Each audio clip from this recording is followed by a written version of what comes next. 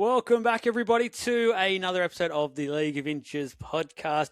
It's our Supercoach Team Preview podcast.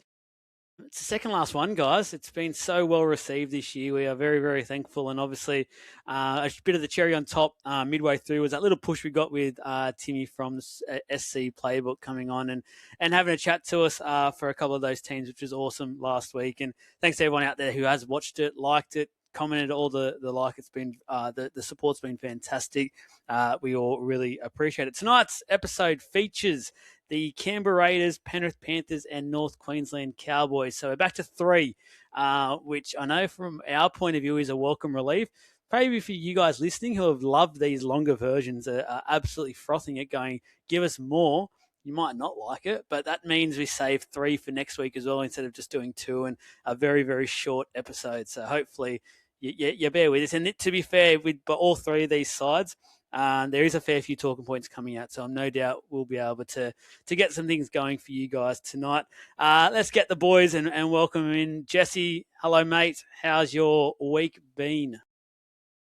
Been good, actually. I had a pretty good week. I had a good weekend. It was just sort of, cruising on through, just chipping away at life, I guess. Supercoach, NBA, EPL. Had a cracker of a week at EPL too. And then, now Team Pick is fully opened up, so we can kind of just really dive into it number-wise and see where the pods lie, have a bit more fun with it. But no, all in all, man, pretty good. Yeah, I was going to say, basically, it's almost that Christmas Day feeling for Supercoach out there, because we've had it open now for about 48 hours. Or just under that since we're recording now live, where we're going about 8 p.m. On a Wednesday night. Plenty of time now for people to go on. We'll see some numbers and things like that throughout this episode. So it could be slightly different to what we've done so far, where it's just been basically guesswork in terms of pod numbers and things like that. We can be a bit more accurate with things, which may help you guys throughout the next next 6 teams that we do as well. Trav, I was saying that majority of us Supercoach owners are pretty happy at the moment, but I guess for both of us, really, I haven't had a chance to be on the app that much because, unfortunately, we've been back to work this week. So it's just been horrible timing from our point of view. We've got chats going off left, right, and centre. We obviously did an NRL podcast start of the week, but it's just been, for me, anyway, I know you're probably the same, but you've been very busy, but it's been a bit frustrating. It's like, far out. Couldn't this happen last week? Yeah, you're right. It should have, if it only it did, or it could have waited till next week, and then I could have used that as a distraction to get away from the students. But but the school he works at, guys. It's all right. There's lots that listen, so it's all good. But no, I love being a teacher. But the first 2 days back after 6 weeks off, I'm knackered. But what's the best way to pipe yourself up and get all ready to go? Supercoach. Yeah, well, it is a cracking episode to come, guys. And a bit of housekeeping first. There's a few things to open up now that the app is actually official as well. So firstly, massive thanks to our sponsor, so major sponsor, Caxton Brewing Company. See the cans in the background. Honestly, guys, if you are around the Brisbane area, we keep saying it, just go in, try a beer. It's perfect weather at the moment for it. Have a feed, whatever it is. It doesn't have to be a game day. Just go in. Grow with the family. It is a family-friendly venue as well. You will not regret it. Let them know that we sent you. They'll definitely look after you there. Our apparel sponsor, CSG and Sava Sports. I know at the moment they're looking as well at obviously 2026 range. If you've got a podcast, you've got a business, you're at school, you're looking for uniforms, whatever it is, please reach out to them at the moment. Got some really great deals there. So they're fantastic. We obviously love and definitely vouch for the quality that these shirts. These shirts are fantastic. And Con, obviously, our Supercoach sponsor at Freedom Finance. It's the best time of year, guys, to make sure you contact him. Not just if you're wanting a home loan, but even at this time of year, you want to save every dollar you possibly can. We keep saying it, and we absolutely mean it. Do not let the banks have all your cash. Any bit that you can keep back to yourselves is money that you should be putting in your pocket. Make sure you're doing so, and make sure you contact Con. Links are in the show notes, so make sure you please go ahead, do yourselves a favor, and make that happen, please. If you do own a business as well, there is a couple more spots available that we haven't sold yet. but spaces are very, very limited. So if you want to, please reach out to the page via DMs, Facebook, Instagram, or just email joel@leagueofinches.com.au. There's a final few spots, and there is a couple of spots open now for being a naming sponsor for our comps at the moment. So the big League of Inches overall Supercoach competition and our tipping competition, we are looking for naming sponsor, and if you can chuck in a couple of dollars to help persuade a few more people to join up, would be perfect there. We're looking to actually break. I think we're going to crack 1,000 this year. So in our overall comp, which would be a really cool number. I think we were just short last year, but this year I reckon we've been raising the bar every year. I've got no doubt we will crack that one. Talking about Supercoach and everything being open and things like that. So our overall comp code, that league has been made. The comp code is, and you might want to pause it or write it down now, guys, 218174 for the overall comp code. That'll be versing everyone in the League of Inches community. There is some prizes and things like that, which I'll announce over the next couple of weeks. Don't want to do too much in this intro, but there is a fair few things. And like I said, there'll hopefully be some cash prizes there towards the end as well. For the rest of the comps, we are going to be very limited. First preference, first in, are members of our Legends group, which is growing by the day at the moment. And at the moment is the best time to join for $4.49 per month. Supercoach content, especially at the moment, is going off its head, but there is also exclusive NRL content. And dropping the first week of Feb will be the launch of our magazine as well. So it's a perfect time to be part of it. Cheaper than a price of a coffee, and that's literally for the whole month as well. Not talking by the week, we're talking for the whole month, $4.49. So make sure you do yourselves a favor. You get priority access to all of these comps. I've had already a number of people message the page to say, can I have access to these Supercoach codes and things like that? Yes, you have to wait though if you're not part of the Legends group. You want to be part of it, get access by tomorrow morning. That's when we'll launch the codes into there. You need to go and just be part of that there. That's it from my point of view, which I'm buggered. I need a break. But let's get straight into these teams and what everyone is basically here for. So the Canberra Raiders will be kicking us off. They got Manly away in round 1. Round 2, the Warriors away. Round 3, the Bulldogs at home. Round 4, the Sharks at home. And round 5, the Knights away. On the injury front for the Raiders, they are basically a full bill of health. So both Sione Finau and Xavier Savage are both good to go basically in the preseason. They'll be fit and firing. So round 1 at this stage, the Raiders are fully fit. So a great sign for them, looking to bounce back after a disappointing end to their season after a remarkable one last year. Now with the app opening, so we'll go straight into hookers. So it's Tom Starling, 547k. Jaden Brayley, 354k. Owen Paddy, 237k. Boys, so 3 into 1 definitely doesn't work. 3 into 2 also doesn't work. There's some big names here. All 3 at other clubs would be starters, but I think we're said it a number of times now for different clubs. Trav, when it comes to Supercoach, this sort of depth is not ideal. It's not, but this is Starling's spot. I'm just going to. I'm putting drawing the line in the sand, and Ricky Stewart needs to realise that this is Starling's spot.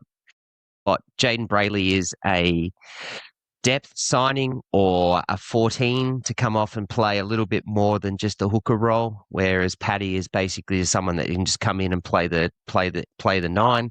I predict that this is just Starling's spot. I mean, whoever it is, one of those two will get that 14 spot and will take some minutes, just like last year. But yeah, this is Starling 60 minutes, and we saw last year what Starling can do at 60 minutes. But am I putting you in my team at 547? No. Jesse? Yeah, pretty much we echo exactly what Trav just said. They kind of, it is Starling's spot. I can't see them really giving majority minutes to either of the other two. Paddy's obviously an investment, and Brayley's probably there to help him get to that point. So, in the meantime, Starling can do what Starling does, and I think it's the best thing for their team overall. But again, it's just like, obviously all 3 of them aren't going to be in the side at one time, and Brayley and Paddy aren't going to share a bench spot each. So it'll be someone that drops out, and I think with all of that, it's just not worth it. And I think the ownership represents it too. 1%, 1%, 3%. Paddy's at 3%, which is surprising considering Brandon Smith is actually cheaper than him. So yeah, I just think for the coin and for what they've got, leading into the season, I just don't think any of them are a viable shout to begin with. And even just let's say Starling gets injured, it's still pretty cloudy because then you've got Brayley and Paddy. Last year you would have been like, sweet, let's get on board Paddy and he'll rake it in. But there's a likely chance that then Brayley would start, still get a decent lot of minutes, and then Paddy would come on still while he's in this learning phase that Ricky is. To be fair on him from an NRL point of view, he's really good with the kids. He actually brings them through quite really, really well, actually. A lot of coaches could probably learn a thing or two from him. But from a Supercoach point of view, it can be quite annoying because then we'd be like, just throw Paddy in, give him the 60-minute stint, we'll get on him perfect. But just Ricky's way to go, it's all good. We've got a plan in place, a long-term plan with Paddy. We would go Brayley and then go from there. So massive watch for mine at the moment. Yep. Boys, have a guess at what the difference between Grant and Starling is. Probably 60K. Oh, it's 59K. I know what I'm doing. Someone's been looking. So it's all in here. To me, that's a no-brainer. Exactly, 100%. All right, let's go to the front row forwards then. So top of the list, a big player in Supercoach throughout different periods of the year. I have a feeling there'll be the same thing said every year, and Origin will be a big talking point for this guy. Joseph Tarpany at 702K. Corey Horsburgh with the 2RF dual 595K. It was a joy to have last year. Josh Papali'i, 465K. Atta Mariota, 361K. Jake Clydesdale at 201K with Miles Martin with a 2RF dual 201K, who has featured in a fair few of my teams. I love that dual and that bottom price. It's been quite handy in that fourth spot, but I'm putting a stand to that. Jesse, talk to us. Any of these guys at the moment tickling your fancy? I know that probably the whole Tarpany around Origin time chat will come up, no doubt, in a minute, but to start the season, even Tarpany, is he of interest? No, he's not. Hey, he's not at 702 with candidates like, Keon, 40K odd less. You can go down further. Does he I am normally start personally slow as well with Supercoach? Oh, he does, yeah. I was going to get into that in a sec. So I'll just go straight into it now, really. Like last year, he started red hot, man. He went out of the gates just absolutely flying, but all FRS at the top tier did. And it was just unusual to see this wave of Haas, Terrell May, Tarpany, Fanua Blake, all of them who are really good, just went up like 5 notches. And you're like, geez, okay, front rowers average 80 now. That's wild. And he was obviously one of them. And traditionally, he does start a little slower. He's never really a starting candidate either because of the options and the fact that we never really wanted to spend too much at FRF. But come Origin time, or once your squads develop coin and you've got a Haas or you've got something and they go to Origin, Tarpany's the first cab off the rank. Like, he's the guy. You get him, he's going to play through. He doesn't really have an issue with minutes. His minutes go up, if anything, during Origin because now they're more than likely going to lose Horsburgh again.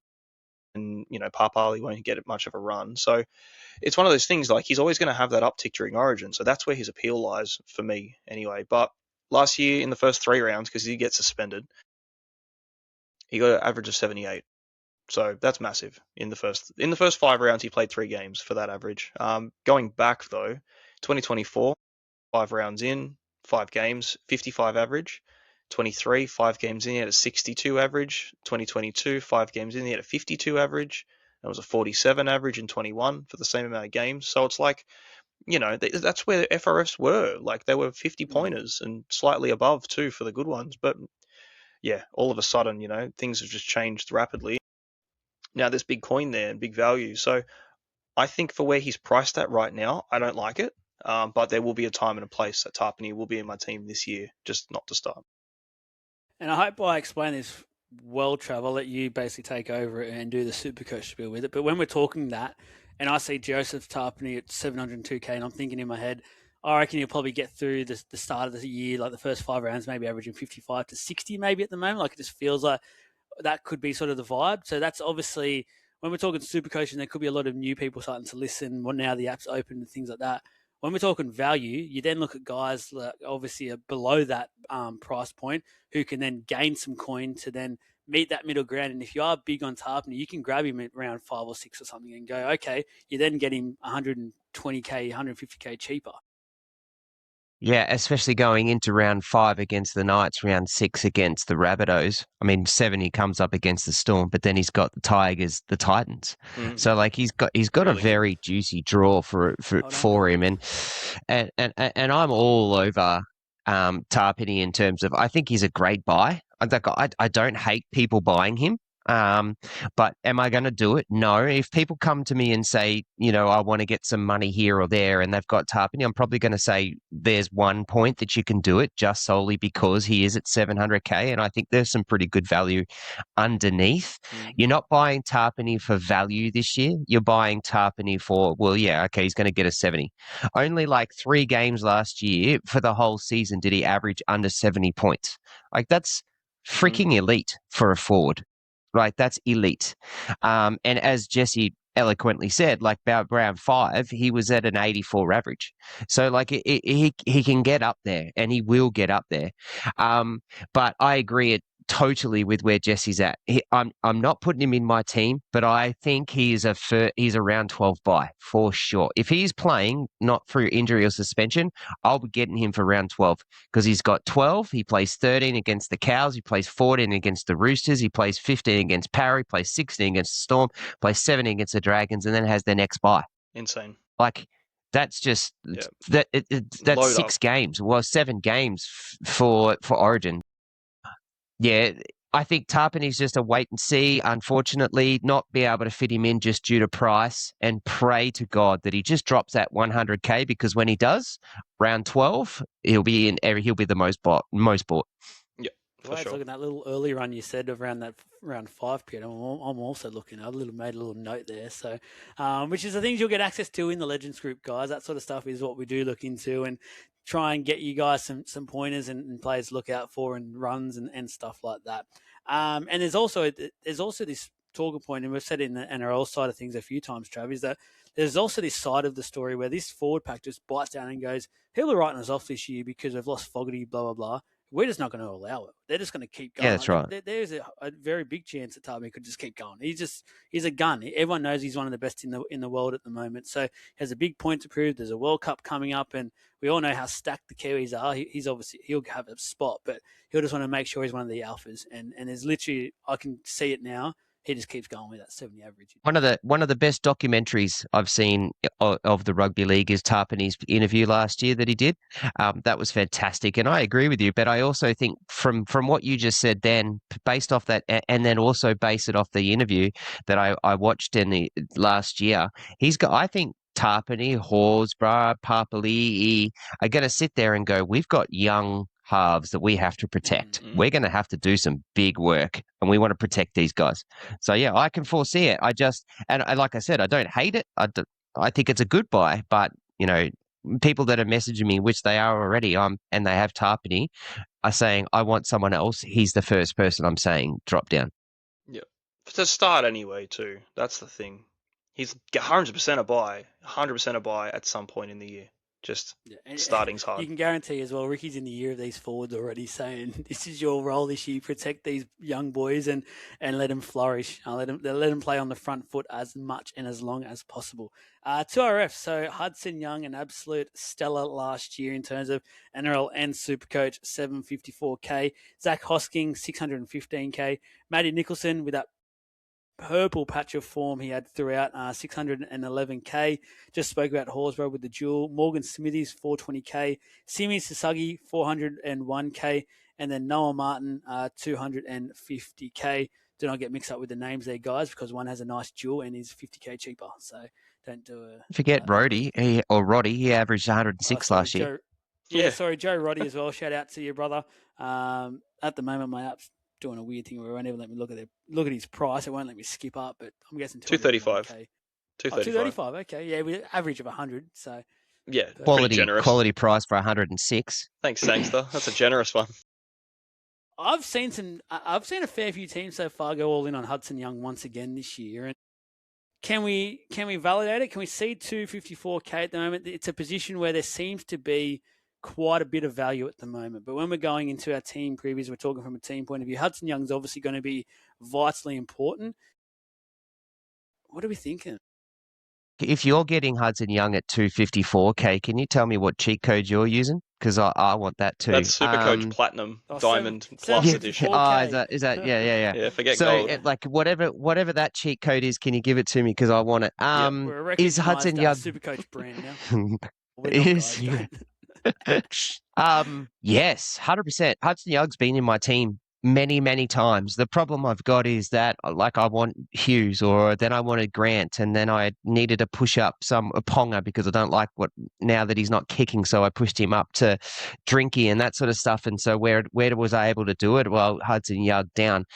I have a feeling, and there's still another month to play, but that he will be in my team at some point because I just don't like the way that my tour currently is sitting, which is in the Legends group around with all 400Ks and below. Hudson Young's a beast. Like and I don't think Hudson Young needs Fogarty, and I think the loss of Fogarty is not going to affect him. He's just that guy. He's just that guy on this Raiders team, and I'm keen to see it. 754, average 77.1, played 20 games last year, also played Origin. Yeah, dude's a freak. Yep, he really is, man. And you know what? I allocate that amount of coin each year to start with Eli Katoa. Yes. Non-negotiable for me. I think, he's my guy in 2RF. Unfortunately, Eli Katoa's not about this season for reasons, but it's I haven't allocated my funds anymore because of that reason. And I look at it and I'm like, geez, Hudson Young looks good. And like I had Nicholson last year and I loved it. He was a freak. I had Hosking last year and I loved it in his patches too. Very, very good players. And I'm like, the entire time I was just hoping it didn't go to the other side, and it always did. So yeah, I love it, eh? I really do. And I just think if there's I always like the idea of having a premium in any position as well. And I think my 2RF, which the Legends have seen earlier that I posted probably just before we started, my 2RF is cheap. My dearest currently in this side is Fafita at 480 odd. Yep. So it's hard, man. It's really hard. And I even put it in the comments. I don't know. I don't really like that. Being 200 plus K away, or 300K in that case, to get to Hudson Young, it's impossible. But having him, you can always go back. So he's gonna be a freak. Like it's one of those things. I don't think we have to worry about the quality of Hudson Young without Fogarty. Like he is that guy. And I had a quick look as well. So last season, in games that he played with Fogarty, which was the vast majority, 19 of them, he averaged 77, with a 63 base in power, 48. He scored 9 tries. Freak, like really good. But 77 average off 19 games. He played one game without Fogarty. Guess what he averaged? 90. 120. Trying to remember which game it was. It was an extremely consistent 77. Oh. Yeah. So, according to the one game that he played without Fogarty, he scored the exact same average that he would have scored. That's freaking hilarious. It is, oh yeah. my God, the coincidence to that is just unreal. And he didn't drop, and he scored a try too. So, he base powered 54, which, slightly less than whatever happens that game, it is what it is. But he scored a try too, so it's not reliant. He's a freak, man. He could very well be the most current elite 2RF that we have available in the NRL and Supercoach, I would say.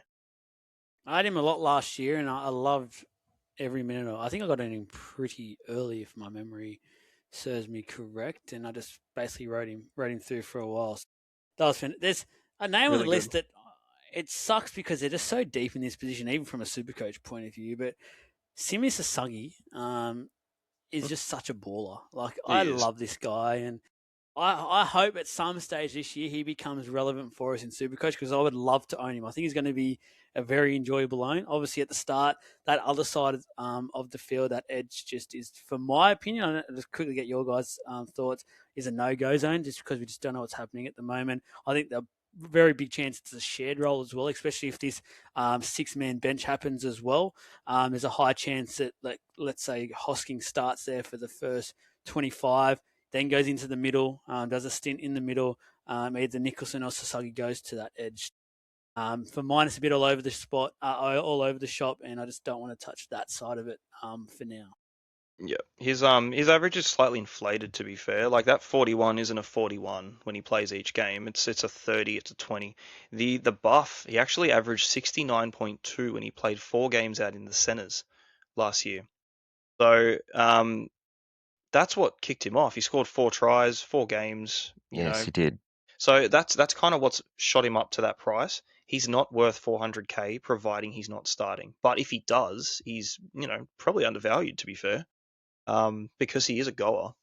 Yeah, but the problem with that is exactly what Joel said. Is even if he is starting, it's a loaded position. It's shared, so he probably doesn't even get starters minutes as traditionally what we want to say. So he's just injuries or a lockdown on the center spot or something like that is when you'd start to consider that, and he might be a good one around Origin period when some of these guys drop away. But yeah, like the Raiders just have a plethora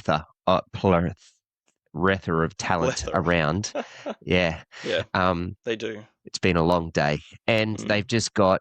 It's just like you added Nicholson, you add in Smithies as another one that we haven't mentioned. There's such a big following for Noah Martin and Miles Martin, and they love the two of them. Like there's every single one of that 2RF list is just unreal. Yeah, we haven't even looked at Roddy, and he played 1 game and scored 106. So like they've got talent, man. They got talent deep, like real deep. So it's like. Yeah, it's pretty much, what you're going to get out of Hudson. His position is, it's locked, cemented in stone. So it's, But I think, honestly, I think he's worth it. Genuinely do. Agreed. Yep. Talking about edge back rowers, we need good playmakers feeding them, and that moves us into the halfback position. So, and I'm very interested to hear both your thoughts around this. So, Ethan Sanders, 246k, and then new recruit from the Broncos, Kobe Black, 201k. I believe Sanders is quite heavily on. I think he's in the top 10 of ownership in the game at the moment. There's been talk that he's basically won the starting role for round 1. How long that's for, I'm not too sure. I keep saying I think Kobe Black is a lot closer to this position than many people realise. The guy is a freak. And I just think it's not going to take many slip-ups for Ricky to go, let's just go all in on you. You're here for a reason, go. But what do you guys think about this play? And is Sanders, he be as popular as he currently is? Joel, I'll ask a quick question and use your knowledge. Can Kobe Black kick? I can't remember. As in goal kick? Yeah. Yes. He can. Okay. Yes. Yeah, so that makes Sanders more unappealing for me. Yes, he can. I don't think he's very good. So that he can kick, but he hasn't had a chance to. Because no one else in that Raiders team can kick, eh? There's nothing Sanders, and I think Strange has had a couple, but Strange is decent, man. I think he's kicked every conversion he's tried. 5 for 5 last year. There it is. Yeah. So potentially Kobe Black comes through. So that makes Sanders more unappealing for me at 43% owned at the moment. But that's just because everyone or a lot of people want to put a cheapy second halfback at this point in time. That's why. And it's either going to be him, it'll be Black, it'll be Atkinson, etc. So like it's I like Sanders, but this to me screams Tom Duffy vibes, but more expensive than what he was last year. Yes. Yeah. I'm just quickly getting up Kobe Black's stats so far in the Queensland Cup from last year. He only kicked 9 goals at a goal kicking conversion rate of 56.2%. So no, he can't kick, Trav. I mean, he can, but not very good. So I don't think he'll be making the side if it's to do with his goal kicking. Not to do with the kicking. And that's where you probably look at someone like Strange if they did make that decision, and probably look at Strange a lot more. We'll talk about him very, very shortly. He's got a great, obviously, running game and what he can do, but add the goal kicking to him, and it's a different story. Yeah, Strange goal kicking would be great. And look, he's in my side currently. I done an extra 15k, and I just thought I had Atkinson there, so I may as well bump him up with all the goal kicking talk and stuff. But he's played 4 games. Look, stats showing 4 first grade games with him. 2 games last year, averaged 36. Must have kicked 2 goals as well because his average without kicking was 31. So. Looking at his 2024, he played 2 games as well, average 50. So I don't know what to really expect, man. Like Fogarty is an elite half as far as, what's available around compared to, a rookie in a side that won the minor, and he really didn't push into the echelon of the guns. You know what I mean? Like, he didn't really rival Cleary and Hines and Hughes and stuff for average. He was a very, very good player, but it was kind of score reliant and that kind of thing. And he was a great goal kicker too, so you can keep his floor up.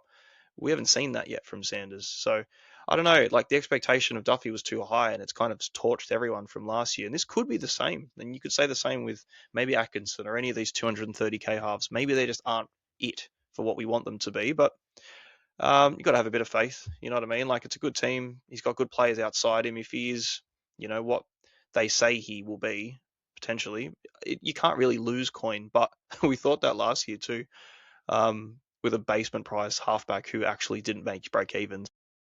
Yeah, I don't think it'll be like that. But again, it's one of those approach with cautions. You're going into the most, one of the most high upside positions possible with a bottom dollar cheapie you're hoping for the world from. So yeah, budget allocations are a big thing, man. It's hard to fill a side out without having him. Absolutely. If you're doing it, yes, keep an eye on things. Just keep an eye on what's happening. So, 5'8", Ethan Strange, just had a little quick chat to him there. 610k. That was last year. That was without any goal kicking as well. We obviously had five shots there, but obviously adding the goal kicking is a different story here. We're having a different chat, but he was fantastic. Trav, you had him for a bit, didn't you, last year? I had him for, pulled him in just on his big run going into Origin. And then I just kept him there, just sat him there and played him. Worth it? Would you go again? Not at 610. No, not right now. I do like him. I do. I really like him, but I just don't want to put money in my 5'8" at the moment because I don't foresee that upside, and I don't foresee the upside in Strange just yet. With a new halves partner, in it to start the season, I just want to see Strange in the way that the Raiders play for me to go and spend 610k in 5'8". It's not saying that he's not good. It's not saying that I want to get to him. I think I do, but just not to start with yet. Jesse. Yeah, fair. I think you did the right thing last year. You know what I mean? Like, Strange was quite cheap last year to start, I remember. So he was, pretty popular. Obviously, he broke out the year prior, so you kind of bought him up at a higher price. 484 he started. Yeah, so it was definitely higher than he was the previous year because he was a cheapie. And people put the faith in it, and they came off pretty well, to be fair. Like, he averaged over 60, so it was really good. But you're right. Like, how does he go with the new half who's, less experienced than he is, and he doesn't have a lot under his belt either. So I think it is worth a wait. I think providing, things just go well, and whatever happens, maybe he does get goal kicking, and you can jump 10 onto his average, and if he's as good as, then, he could be the best 5'8" that we've got. Jesus, if they name him to be kicking before the season starts, watch everyone flock. Everyone will flock. Rightfully so, too. Yep. So it's just a matter of wait and see for me, and then go from there. That's mouthwatering. That is a definite watch, and that's something to keep an eye on because that would be a game changer in a position at the moment that seems quite dull. Center wings for the Raiders. So Matty Tomoko, 610k. Goodness me. He's stayed around a pretty decent price there. I'm a bit surprised by that. Marley's 547k. Sebastian Chris, 502k. Xavier Savage, 411k. And Sion Finau, 361k. What are we thinking here, boys, for the centre wing position for the Raiders? I'm not looking at any too interesting. I know Tamale was a lot cheaper. Obviously, last year he was a really good purchase. Obviously, had that injured period, which really hurt at a time where he was just. I had him, and I was basically almost putting him in my top 4 weekly, and just thought, how good's this? Just keep him going. 547k for him though. I don't. It's a great price. I love it. You like it? I love it. Tamale's a gun. Okay, so in the first, you can look at Tamale's scores, you know what I mean? Like, he come out of nowhere. And we're like, what are we seeing? Like, this is insane. This guy's a monster. He had that injury, man, that really shot him down towards the end. He had a score in there of 3. You know what I mean? He had a 3, and then the last 2 rounds he had a 26 and a 36. 6.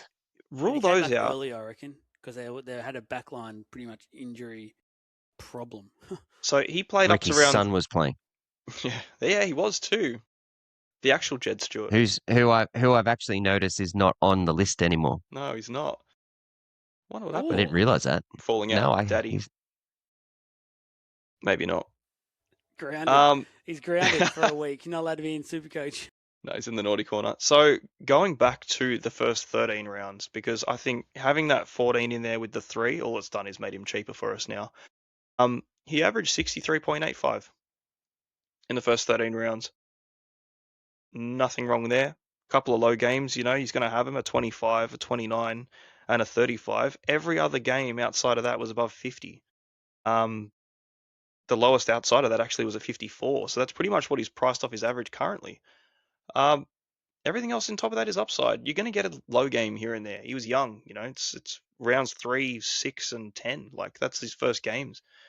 So, if you want to just disclude them, because you can cherry pick stats, he's going to be averaging over 70. It's like, this guy's less than 550k. Center wing drops off for me there. There's really not a lot I like under that price, genuinely. He would be the guy. Would you go down from one of these guns we've continued to talk about to go to Tamale to free up coin and be comfortable with what he'll produce for you for whatever stretch of time you keep him? Yeah, I have looked at it intently too. I've gone, how can I get Herbie back into my team from a Val, and it's maybe dropping Azarko down to him, or can I get Toto and I can go down a little bit, or just things, while Toto's run's a bit tricky in the first 5, you can have, like the Raiders have a decent run from 5 onwards as well. So, and even to start, I don't think it's that bad. A couple of away games, like, they have away games to start every year. They get shafted with them. So I think he's good priced, man. I think he's priced well. I think it could be like another second season for Kyle Hero, because he's all base. And he's just got that attack down too. Like, his base and power last year in those first 13 games was 46. Like, that's solid numbers for a winger, man. Is he selling you, Trav? No. Like, I like him. I think he's a good player, but no, I'm so sold on I'm either loading up or I'm gonna load up and drop one down, and I won't be going around that 540k. Yeah, it's a hard price That's just to my justify. opinion. That's the thing. Like, Yeah. it's tricky because you can just go, like, when I look down further than him, there's nothing that I like a lot. No, there isn't. There's really nothing. Yeah. And I go, okay, that's about as high. Warbrick? Yeah, not really. You know what I mean? Like, that's the thing. There's no one in there that you can go, this could be something worth actually having in your team for upside. He has it. He was a solid starter for many a team last year. And I think with the end of his season, particularly coming after that, after the round 14's 3-pointer, and then the last 2 games, it just plummeted him. It dropped him probably, close to 10. And then whatever he missed out in actual games. So going off his trajectory, he is here and he could be here. So I see it. But it is an awkward price. Anyone else on this list? For me, it's Players, but not Supercoach relevant. Yeah, you're going to get ups and downs with everyone. Tomoko, pretty consistent, but Savage is alright at 400, but it's like a Warbrick thing. I'm still shocked at Tomoko's opening price. I didn't think he'd had that good of a year last year, Supercoach. 62 averaged. Yeah. 62.4. He always finds a way. He does. Very much under the radar there. Fullback, Kyo Weeks, 535k. Dane Laurie, 464k. And Chevy Stewart, 235k. I think Kyo Weeks gets much more involved this year, more than he was last year because of what's happened. I think everyone's going on about, obviously, Sanders and things. I honestly think the best thing that Ricky can do, especially start the year, basically tell Strange and Weeks, run the show, run amok, basically. Sanders, pass on the ball. Be the on-field conductor. Weeks is just exciting at the moment. I don't know if I can't bring myself to start him, obviously. He's just not that quality play where we've got some guns out there in fullback, Trav. But, yeah, there's something always about Weeks. I just really enjoy him.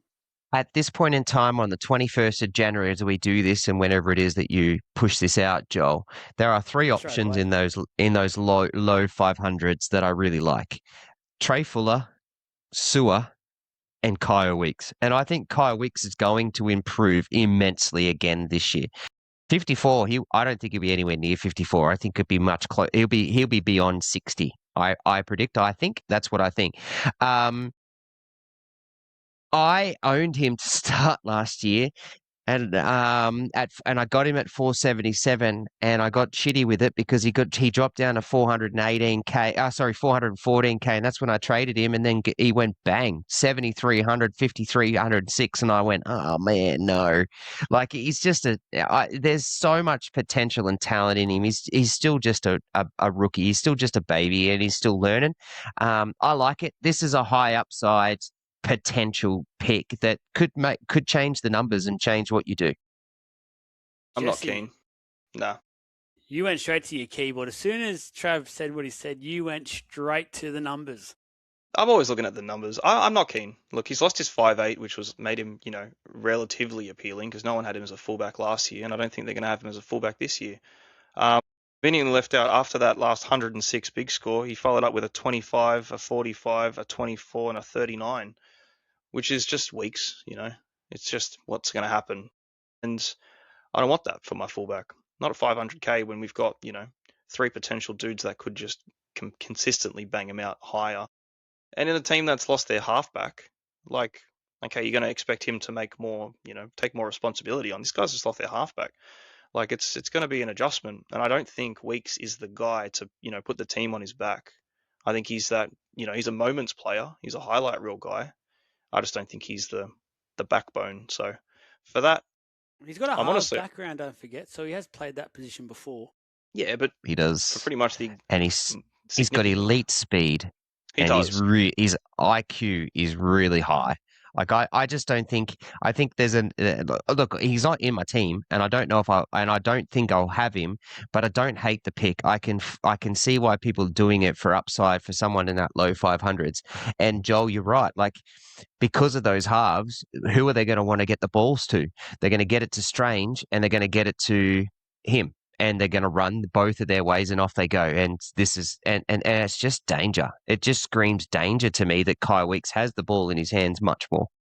I think where you're looking at his price, though, there's 5 fullbacks that you could have, and he's the bottom of the 5 if you go through the tier list. Like you've got Jai Gray, Fuller, Weeks, Falongo, Keeney, and maybe even Torpicki. You could throw in that mix. Weeks is genuinely the last person I'm looking at.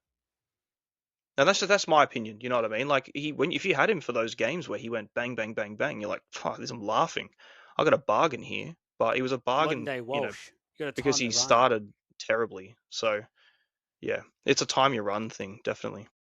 So I'm doing this backwards now. I think it works better. So now I'm going to ask you both your snapshot before we move on from the Raiders. We've gone through it all. What are you guys thinking when it comes to the Raiders and Supercoach for 2026? Trav, I'll start with you. You're high on them. You're a bit more watch zone. Where are we at with them? I am very much watch zone on all of them. I have a lot of interest in a couple of them in terms of who we've spoken about around Hudson Young, around Sanders, and things, and the like. But yeah, it's watch zone. And I like Tarpany too. I am a big fan of that as well. But yeah, to me, the Raiders are watch zone and come Origin time. And almost a timing thing as well, Jesse, in a way. Like some of these players, it's about timing when to get them. Yeah, and like Trav said, at the beginning of this, the Raiders segment too, they're round from 5 onwards, all the way through to the bye rounds. Like bye rounds, they'd seem like they're playing almost every single one of them. Like that's when you get your Raiders. You can start with them. You can get a couple of value dudes early, but players like Young probably worth a start, to be fair, to really maximise on, because he did actually go up from that price last year. Taps is always an option, probably around Origin or maybe after that Storm game potentially. Even from that point, just get him early.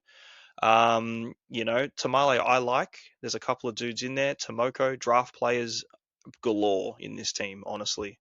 You're going to see that many of them getting passed around off the waivers because they are a run team. But Yeah, I'm keen, man. Like the Raiders can do some good stuff. And there's always the same. It's always the same dudes too. Like you know who is going to be relevant at the Raiders, and I think it kind of makes it easy to pick. Yeah, no, absolutely. Let us know in the comments, guys, what you think about the Raiders players. If there's something we've missed, a key bit of information. If you've got any Raiders questions, just send them in as well. Just before we go to the Penrith Panthers side of things, just another added advantage and benefit to our Legends group, $4.49 per month, is you get these guys basically at your fingertips virtually 24/7. They're obviously not going to do it in their sleep. Jesse, and actually they might Maybe. both do numbers in their sleep. So you never know. You might get a night message middle of the night where they're just somehow doing it. But you literally can ask them. It's already gone ballistic the last 24, 48 hours with teams. Everyone going in there, and the boys get to them as soon as they can. They give them their opinions, different ways to look at things and the like. And it's absolutely amazing. It's fantastic service. And I know the boys absolutely love it as well. So it's a perfect time. The time is now. Get in there and let the boys help you out. Not me. Don't worry about what I say. Penrith Panthers. Here we go. So the first 5, Broncos away. Round 2, the Sharkies at home, which is sort of an asterisk. It's in Bathurst. It's not a real home game. It's the Bathurst Panthers game. Round 3, the Roosters away. So 3 basically away games to start with. Round 4, the Eels at home, but that's CommBank obviously this year for them once again. And round 5, the Storm at home as well. On the injury front, they are basically good to go, pretty much full strength. Eisenhuth has a bit of an asterisk to his name, but I'm not 100% sure what's going on there with him, so I'm just going to say he should be fit by round 1. He's not a really big Supercoach player either. Here for hooker, so Mitch Kenny, 427k, Freddie Lussick, 235k, Kalani going with a 2RF duel at 201k. What are we thinking here, Jesse? Panthers hookers have never been relevant in real life and in Supercoach. There's really not much point going too far into this. I do love Kalani going as a nuff. He was a great nuff for me last year, and I don't know if he will be this year, so I'm a little bit hesitant, but no, unfortunately, it's just an absolute no-go zone for me. Disagree, Jesse. I really do. I disagree. Disagree? On which part of that? Yeah. On Mitch Kenny being an NRL relevant, but not Supercoach. No, he's a fantastic. I wasn't talking Joel about the knew NRL. exactly where I was going. But, well, no, because you said on an NRL front and a Supercoach, and the only one I wanted to disagree with. I was on a real life front talking about Penrith. But I love Penrith. Yeah. I'll actually be there this Saturday. And hookers. Meet me in Penrith, guys. Can we? I don't think we've got an episode yet where we haven't put a hookers joke in there. It's very much just the stigma of us now, I guess. We're just grubs. But anyway. We are. And everyone else, to be fair. Right. It writes itself. Let's be real. It just does, and it gets us every single week. Well, it gets me anyway. Let's go to the front row forwards because there's just nothing to talk about there. Apart from going could be a nice 4th choice position just to use whenever you need, and just a guy that just sits there and does nothing all year and just helps you out with enough, basically. So it's a good enough. A hooker 2RF. Yeah. I find that quite handy, genuinely, because like hooker, you're going to get, something anyway. If you lose your hooker of 40 points, it's like, so what? My AE's probably going to give me 40 points and then nuff out. It's a great duel. It's probably my favourite nuff duel next to dual forwards. Grow up, Joel. Okay, Lindsay Smith, front row forward. We're moving on. 618. Isaiah Papali. Oh, I can't wait for this one. Jesse's ready to go off with this. 2RF front row forward duel, 579. Moses Leota, 455k. One of those guys are just an absolute gun, but it's not Supercoach relevant. Liam Henry, big signing for the Perth Bears next year. We were talking about the Perth Bears next year. How good's that? 2RF duel as well, 452k. That's basically it there. You don't want to talk.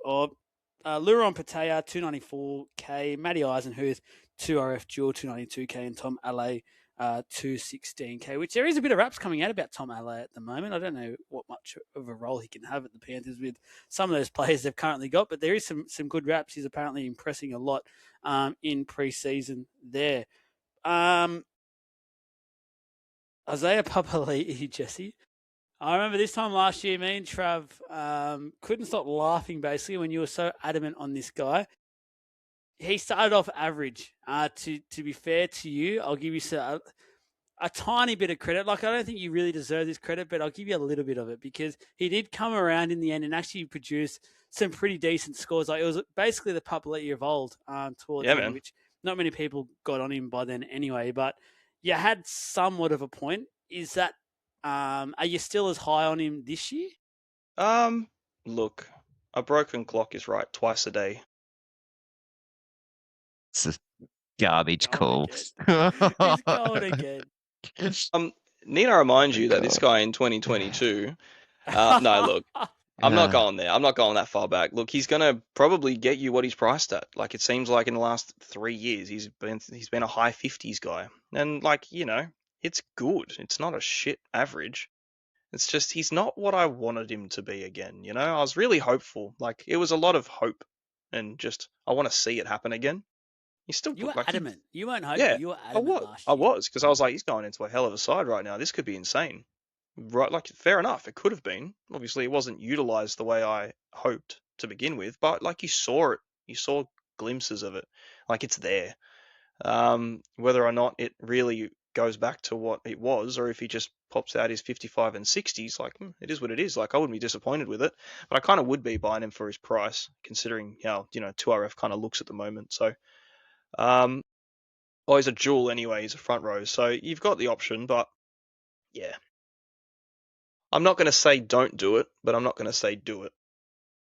He seems to be still an edge back rower, I reckon. That's his best position. Definitely. And Ivan Cleary has this obsession with, apart from the Liam Martin side, the other side, he changes that more than he changes his underwear. He just feels like he just plays rule. And injuries doesn't help that as well. It seems like they're always injured on the other side.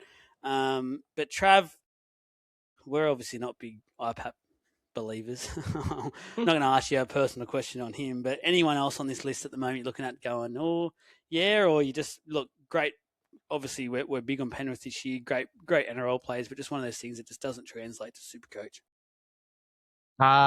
No, unfortunately, just there's no interest. Obviously, great players, but just not Supercoach relevant. To be fair, look, I do have some interest in Lindsay Smith and think he's very underrated. I also think he has. He's priced at his average. I don't think he's going to average too much more, but I don't mind that. But at that 6.18 price, I'm not super keen because I know that for a little bit more I can get Colo and the like. But look, Lindsay Smith is just your full-blown meat and potatoes. You're going to get 60 every week and lock that down. I will give you something about and some credit, which you sort of started to go into, Joel. But for the last 11 games that IPAP played, he averaged 74.5. So, like, there is Massive. yeah, it was. But I mean, to be fair, he played 11 games from round 10 till the end. So there's a lot of DMPs. So yeah, look, there's potential there for him, but you're not starting with it unless Ivan comes out and goes, he's my starting edge back rower. He's going to play 50 minutes. Is he doesn't play more than that very often. There's a couple of games he played an 80 and one that he played a 90, but he doesn't play that much more than 50. If Ivan comes out and says that's what he's doing, maybe I might think about it, but I won't do it until I see him pushing that 75 again. But yeah, other than that, they're big raps about Patea. Huge raps on Patea, and at 294 could be a really good cheapie. Keep an eye on that. He will feature in our cheapie Bible that'll come out soon enough. But yeah, there's big raps about him. But yeah, other than that, I just noticed Papali'i is 6% owned already. Yeah, clever and people. Unfortunately, newsflash: Ivan Cleary very rarely comes out and tells people what he's doing with his team. He's just not one of those coaches. Even in team list, he'll then turn around and change that 15 times before kickoffs. That is okay, though. That's the game. They're not here to win super coaches. We are. And that probably won't happen. Well, at least for me, anyway. I had a talking point, and then I absolutely forgot. Yeah, have faith. Have faith with any of us. 2RF. So, Isaiah Yeo, 610K. I just spoke about IPAP. Luke Garner, 544K. Scotty Sorensen, 505K. Liam Martin, 473K. Just spoke about Liam Henry and Matthew Eisenhuth and Kalani going a little bit earlier. That's the point I quickly was going to raise. To those new comers to Supercoach, new listeners and the like, don't get sucked in as well to some of it. And Penrith have a lot of these players where they are absolute quality players, but they're just not Supercoach players. It doesn't translate over to the game. So people like Liam Martin, people like Leota, these guys are absolute top of the class when it comes to their positions, and everyone rates them highly. But unfortunately, their game just doesn't cross over. There's probably a fair few others that I've forgotten, boys, but it's just pretty much 101 Supercoach there to just not get sucked in. I'd, again, recommend joining legends and asking those sorts of questions before and putting your team in, because we have seen already a few that just get sent around online and that, and where people are coming at it from an NRL point of view, not a Supercoach point of view, and they've got these NRL guns. It's like, well, you're kind of wasting money there. There's no value at all. Yeah. Yeah, it's sort of like, it's very easy to get, pulled into it too, because if all you've known is the game and you want to give Supercoach a crack, like, of course you're going to build your team out of dudes that are absolute freaks out there. But again, a lot just doesn't translate. With the 2RF, Isaiah Yeo, 3% owned at 610k. This is vastly different from last year. I remember you started with him. He was 750k. Yeah, I'm still carrying a bit of scars from that because it wasn't a good play in the end. So, can't do it. You know what? Like, it wasn't a bad play. He started off, round one, he scored something massive. 90. Yeah, 90. You're laughing at us. Then after that, it went a bit. 90, then 41, 56, 60, then 85, 70, 72. That's not bad. Harsh. That's not bad. 47, 48, 82 again. And then it was just pretty much Yo stuff for the rest of the year. Just broken up with Origin and buys. Look, I like it, man. I really like the price. I was hesitant last year and I still was curious and, considered it. And he was 150k more. It's like, man, this is the cheapest we're going to have him, or the cheapest we have had him for going back till pretty much 2021. He was not this cheap. It's like his average 74.2 last year, 69 the year prior, and 66 the year prior. It's like, you really think he's going to be worse than a 610k starting price? Probably I can't see it. I don't see it. I think he's going to be max minutes as always. Their run is rough to start, which is going to make him just base through the roof. He'll probably put out 55, 60 and just, base and points and power and tackles. And then, he's always got this, he's just got this time slowing ability where he can make an assist come out of nothing. Like, it's just Isaiah Yeo. We know what he is. Like, you know what he's going to do. 610k for, one of the former premiums. It's value. It's straight up value. Trav, Jesse made the point I was about to make it as well, is that Isaiah Yeo, and there's a few of these other Penrith players that are like this, where, yes, it is a tough draw, not just from the start, but basically throughout the year. They got a really tough draw, but that also makes them a bit more appealing in a way, because they're just not a futures-proof sort of player. They're just better team. Okay, they stand out more. They do more. Points still scored. Tight games, which means he doesn't get that extra 10 minutes, 15 minutes rest that he's prone to now at the back end of his career. Yeah, and it's Penrith, and it's Isaiah Yeo. He's draw proof. If you want to bank 50 and know that you're basically going to get 45-ish, I think there was a couple of times he got a 44. Jesse, you could probably confirm that, but you can basically bank 50 odd plus. I'd take it at 610. The only question I will ask is, 2025 showed us that he probably has lost that upside ability that he had in 2024. So my question is, would you prefer someone at exactly the same price in Angus Crichton over an Isaiah Yeo? Because I just don't think teams can have two, or both of them, with the way that teams are being looked at. So you're going to have one. Which one would you prefer? My Roosters bias has me on Crichton, definitely. But they're both, and you compare both of them, they're both underpriced for potential. And Isaiah Yeo's, his last average is closer. It's higher than, Gus has been. So I don't think you can really go wrong with either. I don't think Isaiah Yeo's going to go too much more than that, though. We still have to remember that Isaiah Yeo's now getting older. Right, and he's got to get 31. Through a year. He's still going to be a stud, but geez, he's put a lot of minutes. He's put a lot of effort through that body. Like there's got to be a point where it doesn't. He's not that elite status anymore. I don't think he is, but I like him at that price.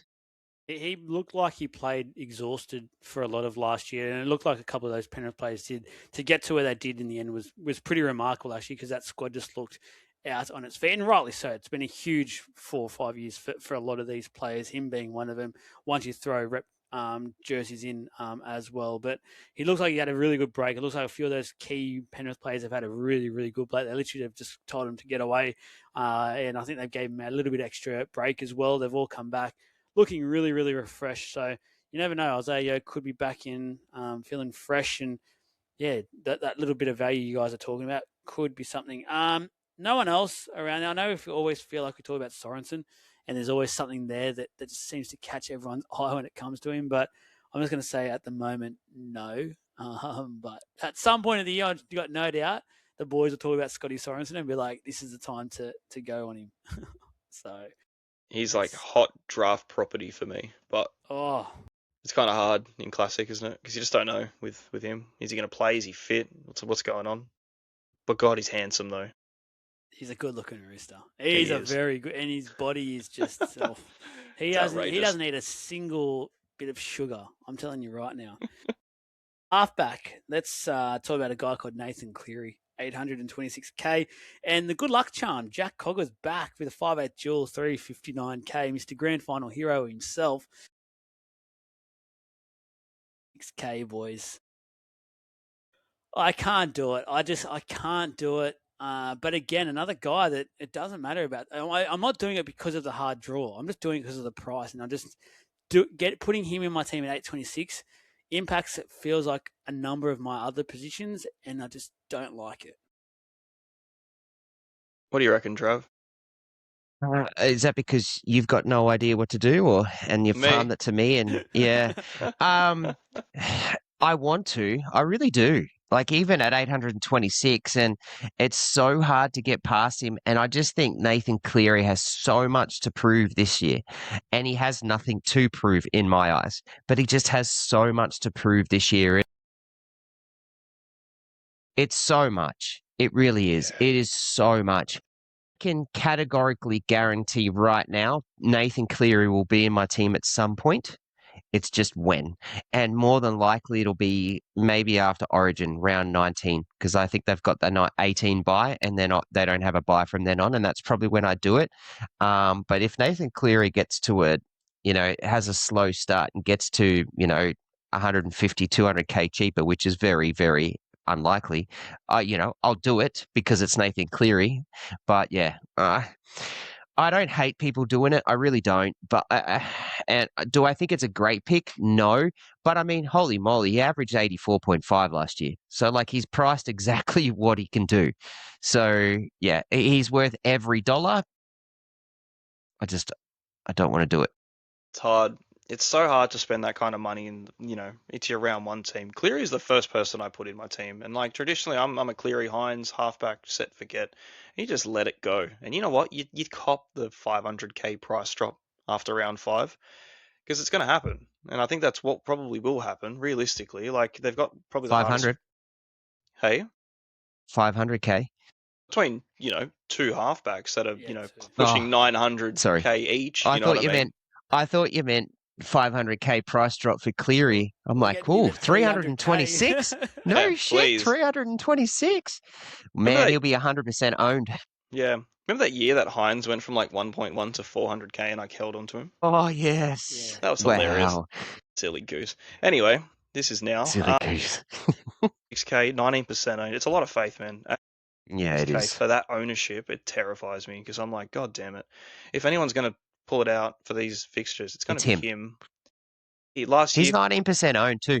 It's a lot. That's quite high. And you look at who else is around him and it's a significant drop-off until you get to like Moses. So no one's caring about Hines or Hughes or Walker or none of these dudes. No one really cares. It's just Cleary or go cheaper with Moses. So it's kind of hard to steer away from, the pack on that side because he's the last person I like watching without him in my team. I hate it. I dread it. I avoid watching Penrith games if I don't own Cleary, because you talk about unicorn points, like he's the guy. He just accumulates, and you just like you think Till 2024, that was David Fafita for me. God, I hated not owning him. But I see exactly what you're saying. yeah. So it's almost like, look, you're gonna have him at some point, and traditionally I usually have him in and out of my team probably 3 times in a year because he just shafts you somewhere, and I will burn 6 to 8 trades on Cleary without fail every season. People say just hold on to him. I was like, I'm not holding a mill on my bench, but yeah, it's a hard one. I see it. I can justify it. I always have, and I always probably will. But I have this love-hate thing with Cleary, where I'm like, there are better options that will play more games than him, but he will still outscore all of them at the end of the season over a full year. So it's a lot. Played 19 last year He too, played a lot of which games. was very against his norm. Yes, it is, because you think like he's always going to get that late rest before finals, which is expected.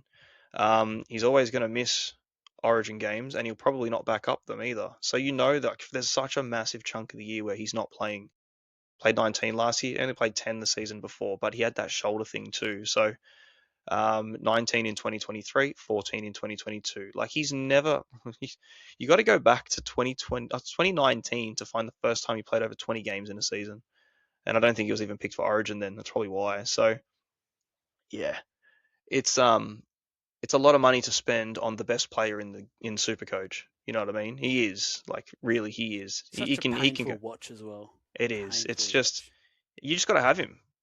You just got to have him and bite the bullet and sacrifice something else. But like, you take that money and you put it into him, where you could probably save maybe 300 or 200k going down to a Jerome Hughes, which can then up a centre from someone who's going to get you 20s and 30s sometimes. It's really consistent.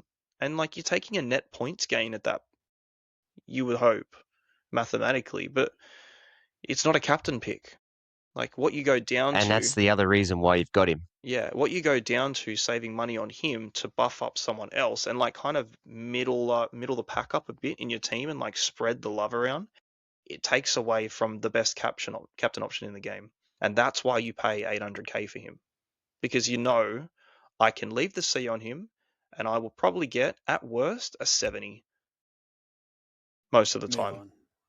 And it's like, I'm happy enough with that, or he's going to pop out 150, and he's like one of the few now that can consistently do that. So, yeah, it's not value you're getting from his average, but it's worth the pick. It's a very conflicting argument, Nathan Cleary. I don't think we've helped anyone right now. Oh, that's No, been about 5 minutes, and we haven't got anywhere. We haven't made a final decision. It just feels like I feel like the answer here is if you can afford him, do it.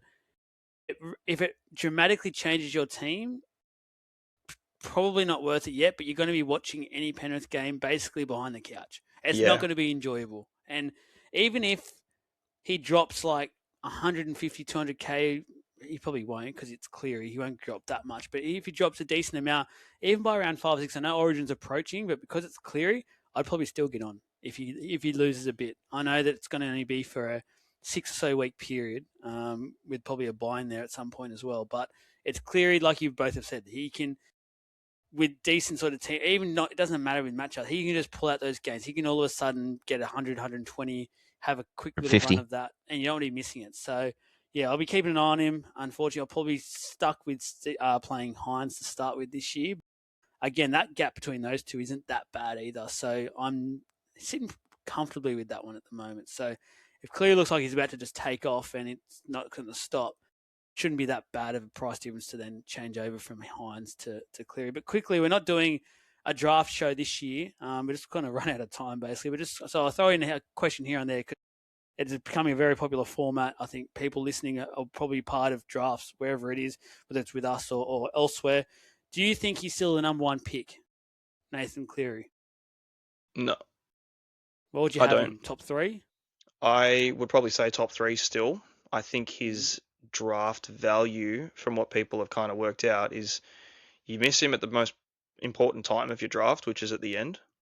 You're going to miss more than likely the next 20 odd picks on the way through before you get someone again, if you're picking him in the top, first or something like that.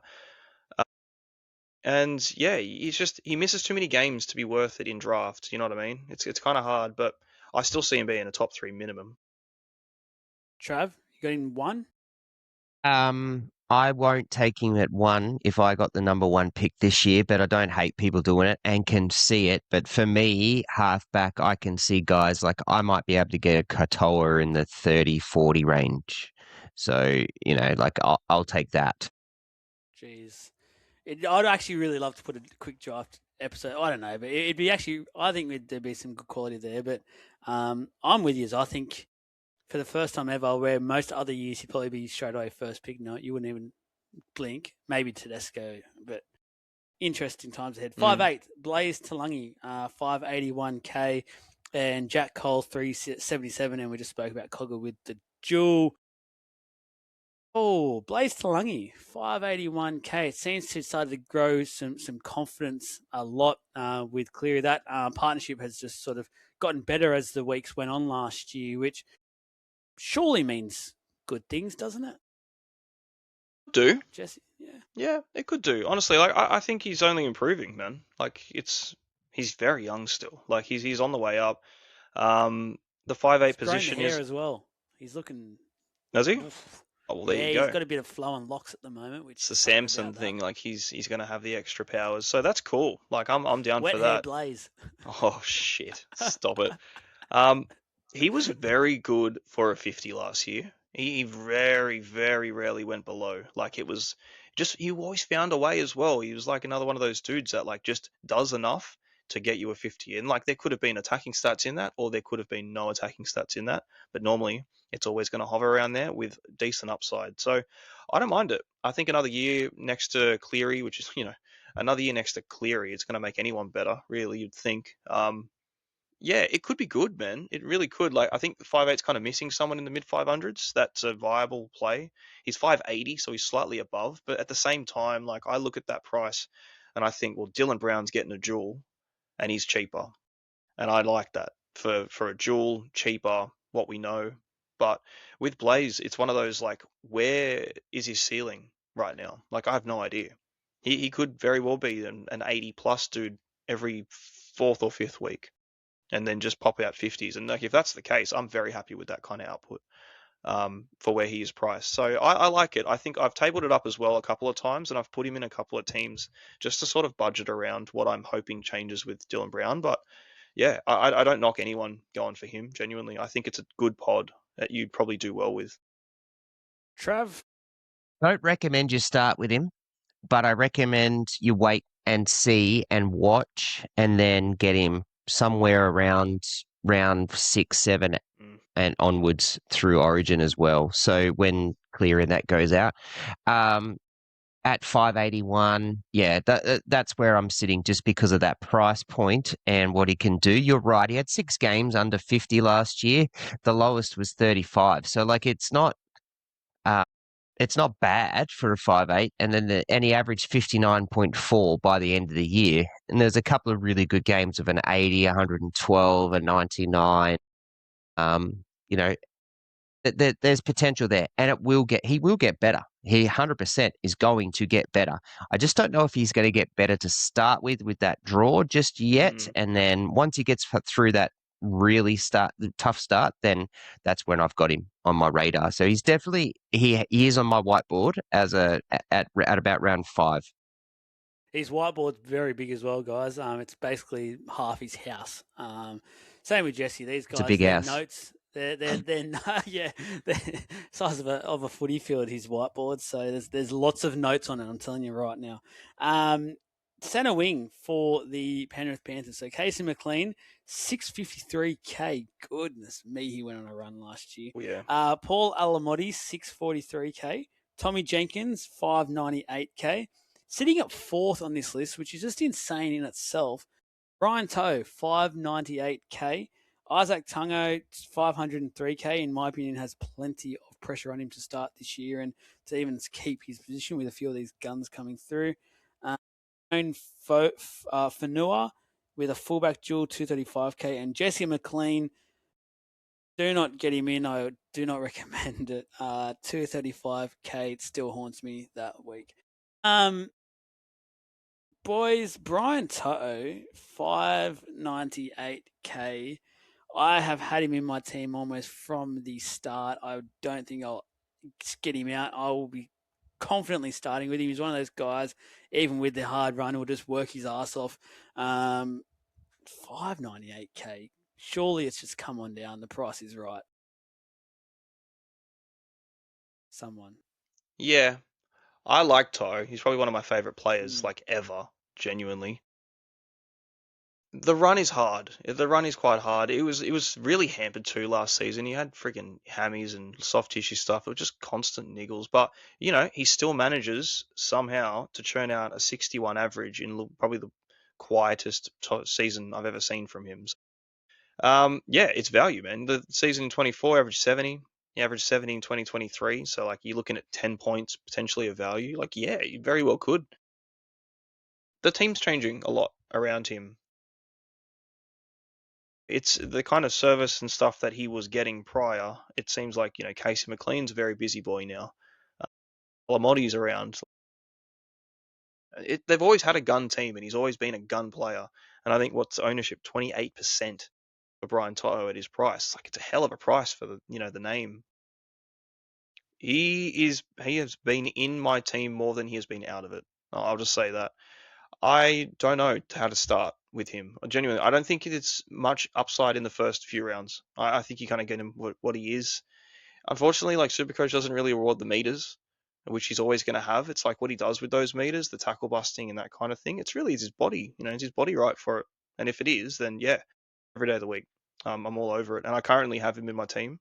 I'm also very intrigued by Casey McLean too. So, Trav, do you have anything on Toto? We need body points, please. Bring it in, Supercoach. Toto's in my team and he is not leaving. It's just, I'm going to take it. I'm going to take that tough draw. They're going to rely on him just to ease the other guys in. He's just going to punch through as Joel's just done. And I was giving you the knuckles.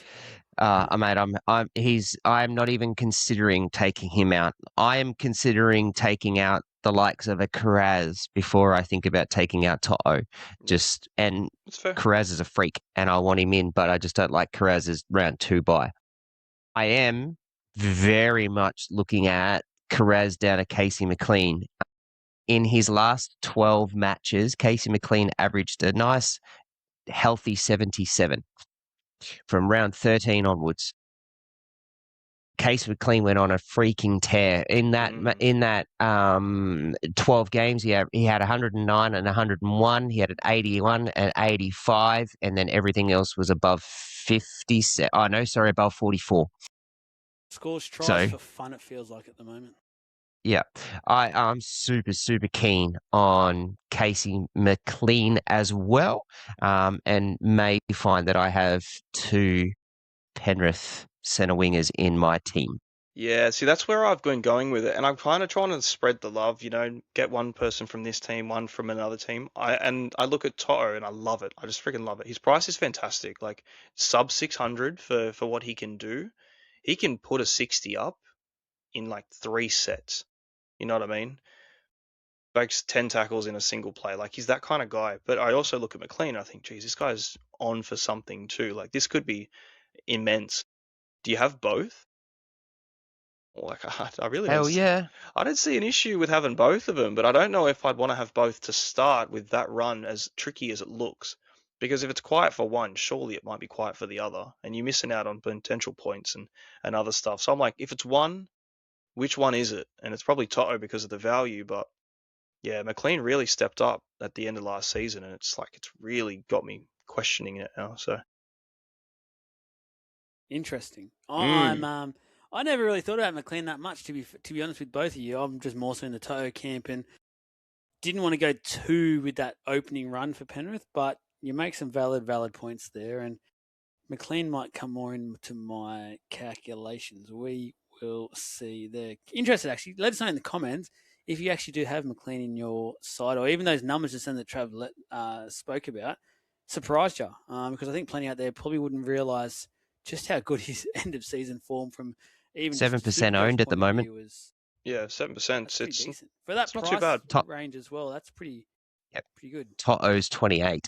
Yeah, it's a lot more. Fullback Dylan Edwards, 777k. I feel like he's the fullback at the moment that has gone completely under the radar, almost forgotten about, I would say.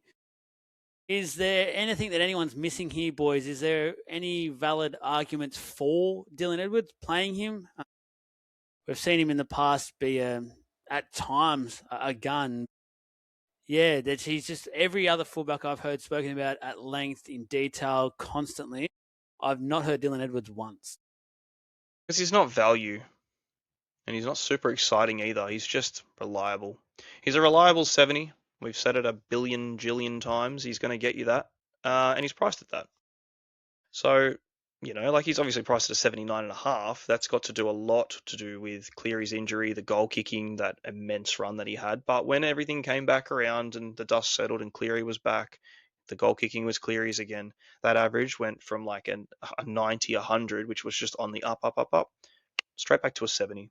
And he just plateaued on the way through with it. So you know what you get. It's not a bad thing. It's just I don't want to spend 777k on a 70 to begin with when I could probably go down 200k or even more and probably get the same, maybe not as often, but get very similar kind of scores out of like a Fuller or a Keeney or something. So that's the reason. That's the only reason why. Edwards is a great player and a great fullback, and even in Supercoach, he's a really good option.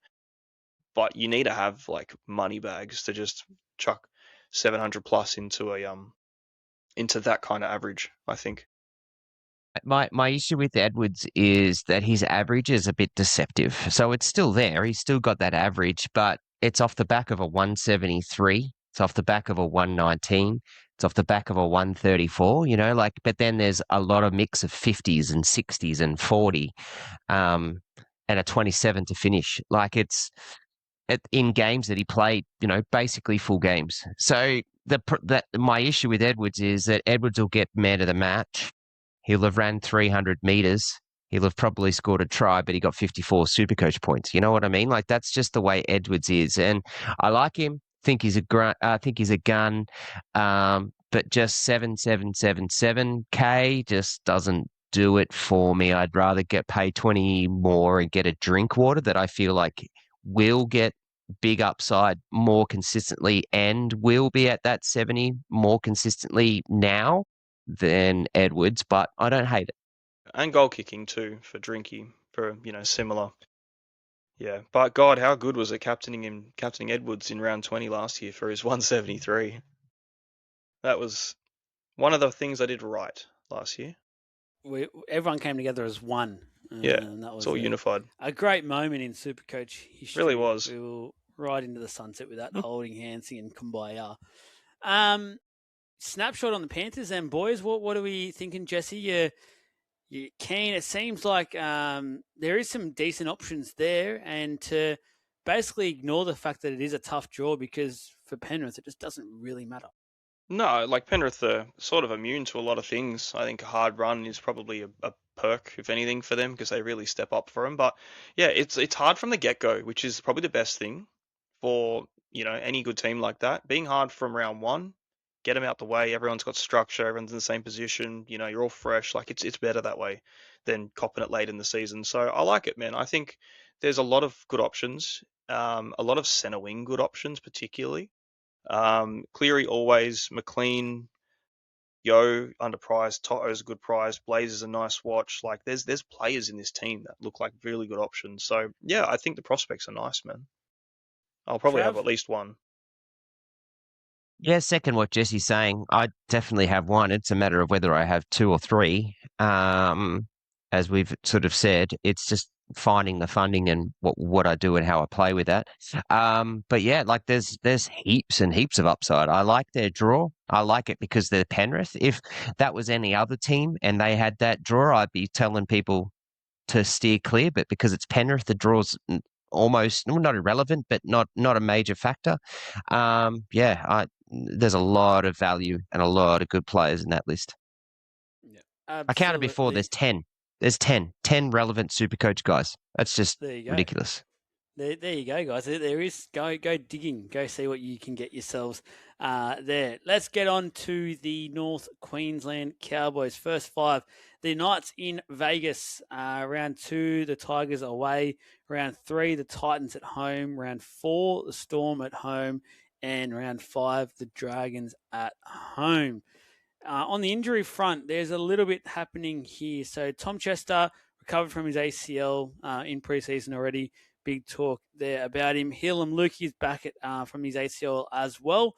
Again, another guy that there's some decent talk. We'll talk a bit more about that because there's now becoming a bit more mixed messaging around Lukey and what the role could be, especially early on. Griffin Neame, his shoulder back between rounds 1 to 3. They might not rush him back, is what I'm hearing.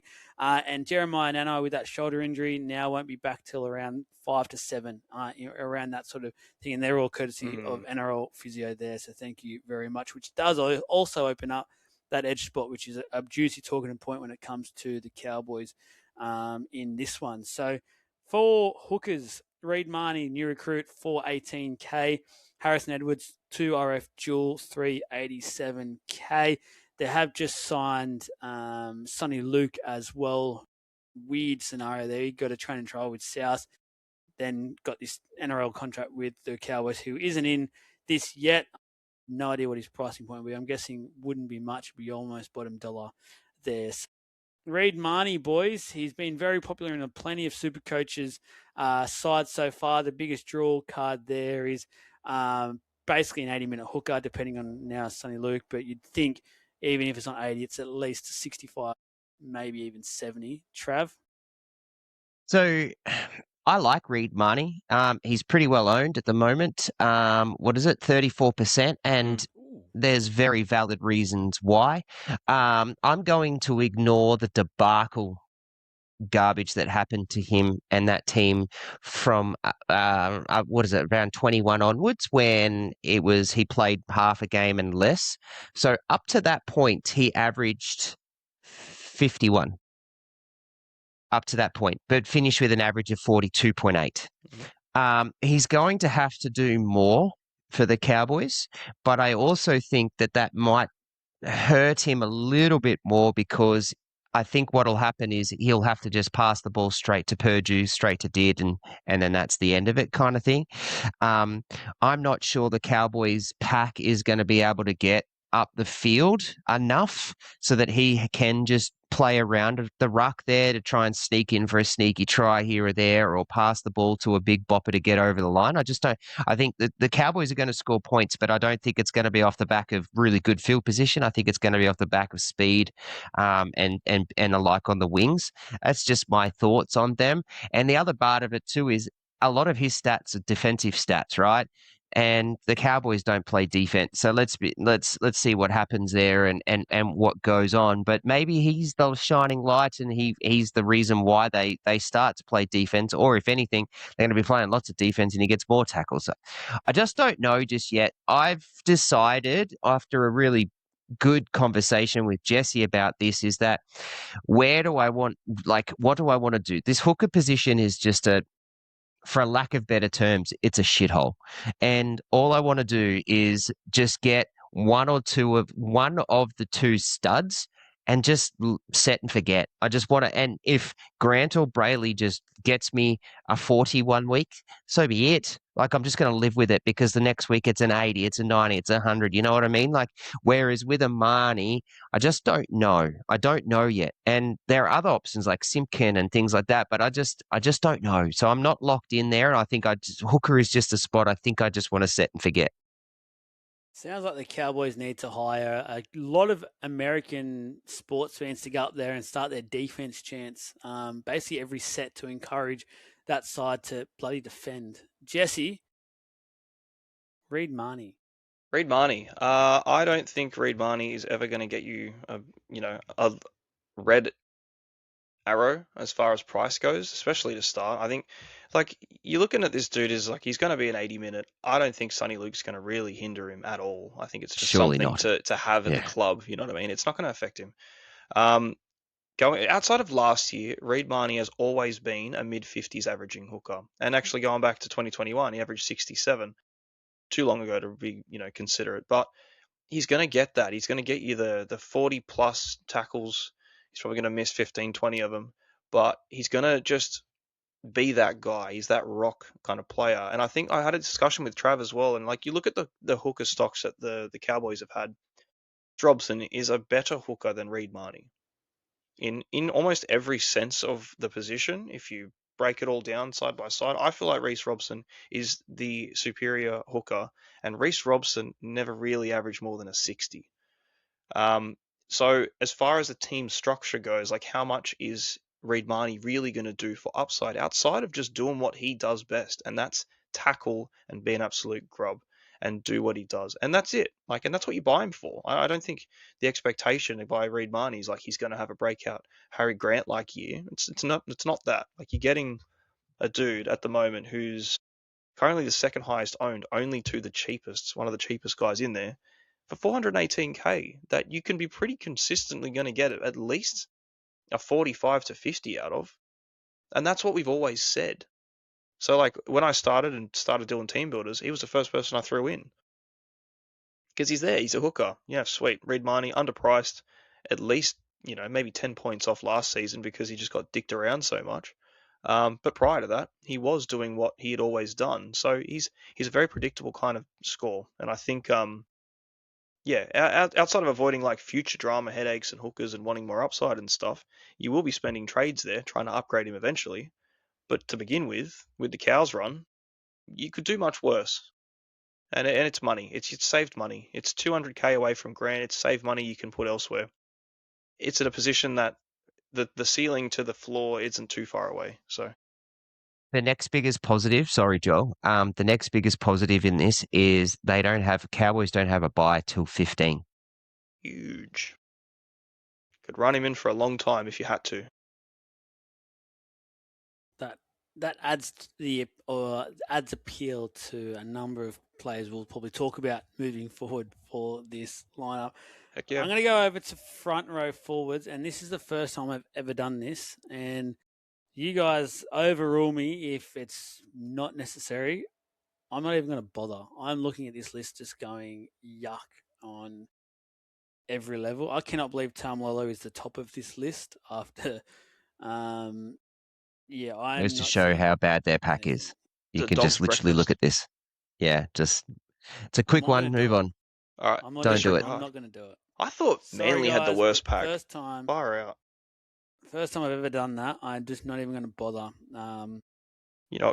Griffin Neem's a bit of a weapon. He's not fit though. Yeah, he's not fit. 2RF. So Johnny Bateman, 584k. Jeremiah Nanai, 510k out for the first 5 to 7 weeks. Ruben Cotter, 507k. Hess was on the other list. McIntyre was on the other list. Hillam Lukey, 404k. I already spoke about Harrison Edwards and Kai O'Donnell, 252k. All right, boys, this is going to be some chats here. There's going to be some chats for sure because Nanai has a chat with being out. He now has created, which if he wasn't out, I think plenty of people would have been looking at him going, I don't mind it. He's out now. He's generated a spot that is of interest to plenty of people. We initially thought Hillam Lukey was basically a walk-up star. We've heard some of the assistant coaches have a few interviews and things like that and say he's been just training the house down. He's been sensational. He's looking great. We've heard it all before, unfortunately, with Lukey. Touch wood, it doesn't happen, and then he gets a serious injury or something, and it just goes to shit. And we're like, oh, far out. Another year of Supercoach where it looked amazing to own him. We've now also been told someone like Sam McIntyre has also been training extremely well and is looking likely now to be getting this starting spot. I don't know what the hell is going on at the Cowboys at the moment. It's hard to tell you anything down pat. We're just going off obviously reports and what we're hearing, getting messages about everything. I'd love to sit here and confidently own Lukey. With everything going on, I've now had him out of my side. Jesse, can you make any sense of any of this? Look, the 2RF, the entire forward pack situation of the Cows is just not on, really. It's kind of steering me off even the good ones in other positions at this team because I'm worried about how much they're actually going to get field position. Look, I was actually really keen on Nanai very early before I saw the price and, you go through, damn, 510 for Nanai, like that's really, really good shoulder reconstruction. You're like, shit. So maybe not, at least not for quite a while too, I would say. Cotter, really nice if he had a duel. I'm not interested at 507. There's really nothing, but Lukey, this is the dude that we've been speaking about for, it feels like years now anyway, but I can probably go back to the stats that I pulled up at the beginning of last year's preseason because they haven't changed because he hasn't freaking played a game since. Look, as far as it goes, PPM weapon, like second row, if he gets more than 60 odd minutes, he averages 69.5, and he's played 14 games over that kind of minute. So, yeah, insane. Like, we've kind of just been waiting for it to happen, and unfortunately, something has always taken him away from us. So, like last year and the season before, I hope to see Helam Lukey fit and playing well, because at his price, for upside at price at 400k with what we've got with like a Hamish Stewart, with a McEwen, with potentially Knowles, we don't know. Like there's a few players that are hovering there. Lukey's my favourite, providing he gets the minutes. And if it's going to be a bench thing and he's going to be second fiddle to McIntyre, or if, Peyton's got something, going on with him as whatever, I don't know. I really don't know. But I want to see Lukey start, and I think everyone does. So it could be a very short-lived thing with McIntyre, and Lukey gets in and it's just an introduction back into it again because it's been so long. That's what I would be thinking, just naturally. But yeah, he's too good of a player to just get, 45, 50 off the bench through the middle. It has to happen. If he's fit, surely he's going to be starting. So if that's the case, he's guaranteed in my team. The only thing that's going to stop him again is if he gets injured again. Trav. Nothing else to add. It's exactly what I was going to say and where I'm sitting. Yeah. In terms of him, he'll be in my team if he gets the spot. And I think he should be in everyone's team if he does. He's currently 6% owned. McIntyre's 0%. Like so, we just don't know. So I would probably put him out of my team if you had him and go to Stewart, which is a 2k less, and just sit on that for a little while and just see what happens come TOT time. 100%. I do want to go to the very bottom of this list though. James Walsh. Okay, 2RF CT dub, 8% owned. You think it's just because of the jewels and the potentially just because of the jewel price? Literally, that's what it is. 201 jewel. Yep. The last name. There's a bunch of 16-year-old girls who are just download the game and put any Walsh they can find in their team. Yeah, just fill the team out. I was hoping there would be like some, little secret news or something that this guy's probably going to look in, but never mind. Jewels. But you know what? Going off their forward pack, you never know. If he's a young gun, he'll be in the team. He's got no competition. The forward pack that they've got at the moment, he might be an 80-minute player. We just don't know about yet. So give me a good preseason. I'll get in that team. Halfback, Tommy Dearden, 637k. That's basically it. Trav, you've been so big on Tommy Dearden for some time now. I know this time last year you were basically adamant that you were like, he's just the star. I'm doing it. Let's pull the trigger. Let's go. Me and Jesse weren't as keen. Egg in our face. Keen on?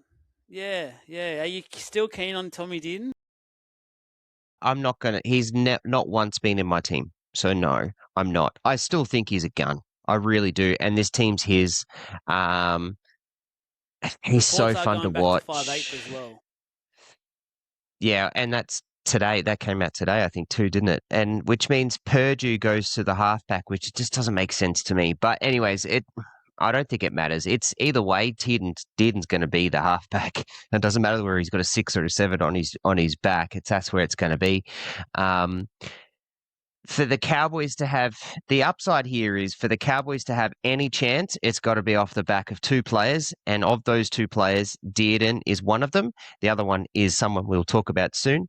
So the upside is, or positive note is that everything will go through him. Everything will go through him.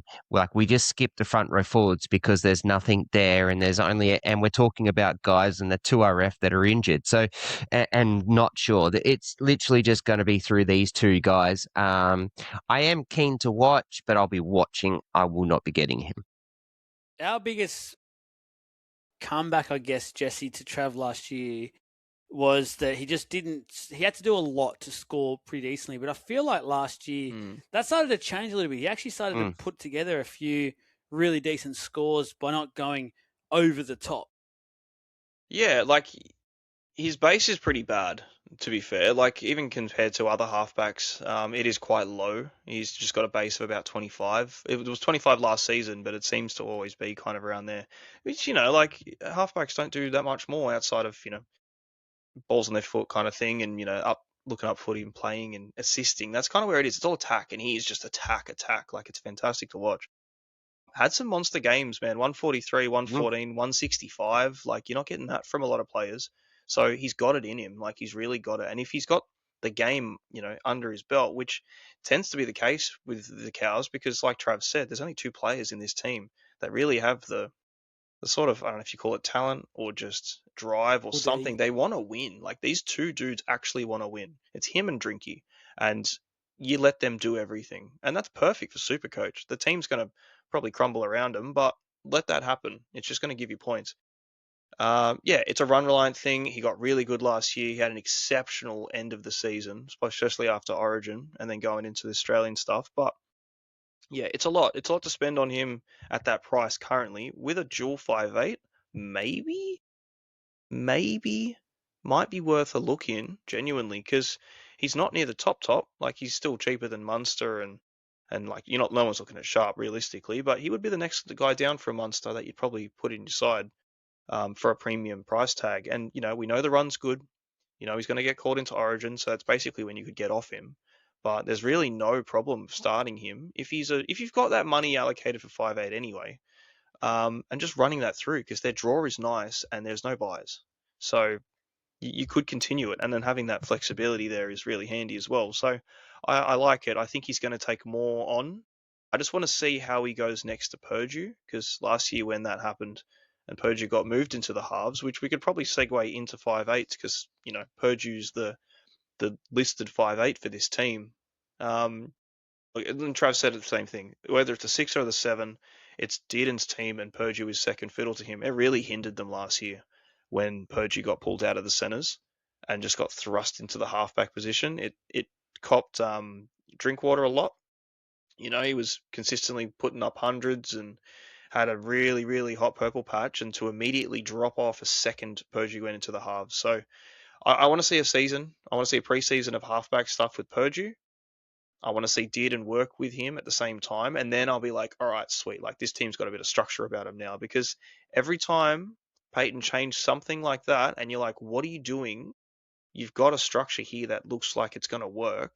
And at the time, it was Dearden and Clifford, and it did. And Purdue was a really good center. Drinkwater does his thing. Things change too much. So with that, I'm like, again, I'm probably not going to commit that hard. I will have one Cowboy, most likely. It won't be him. But I will be keeping an eye on him, because, yeah, his ceiling potential, it shook me last year. I never thought Dearden had it in him to do what he's capable of from what we've seen last year. And that, I think that's just going to escalate him. So any player that can put up a 165 is, it's someone to consider, especially in that position. There seems to be two train of thoughts at the moment around Purdue. He's at 557k with a 5'8" centre wing dual. The other one's Jake Clifford, but 508k.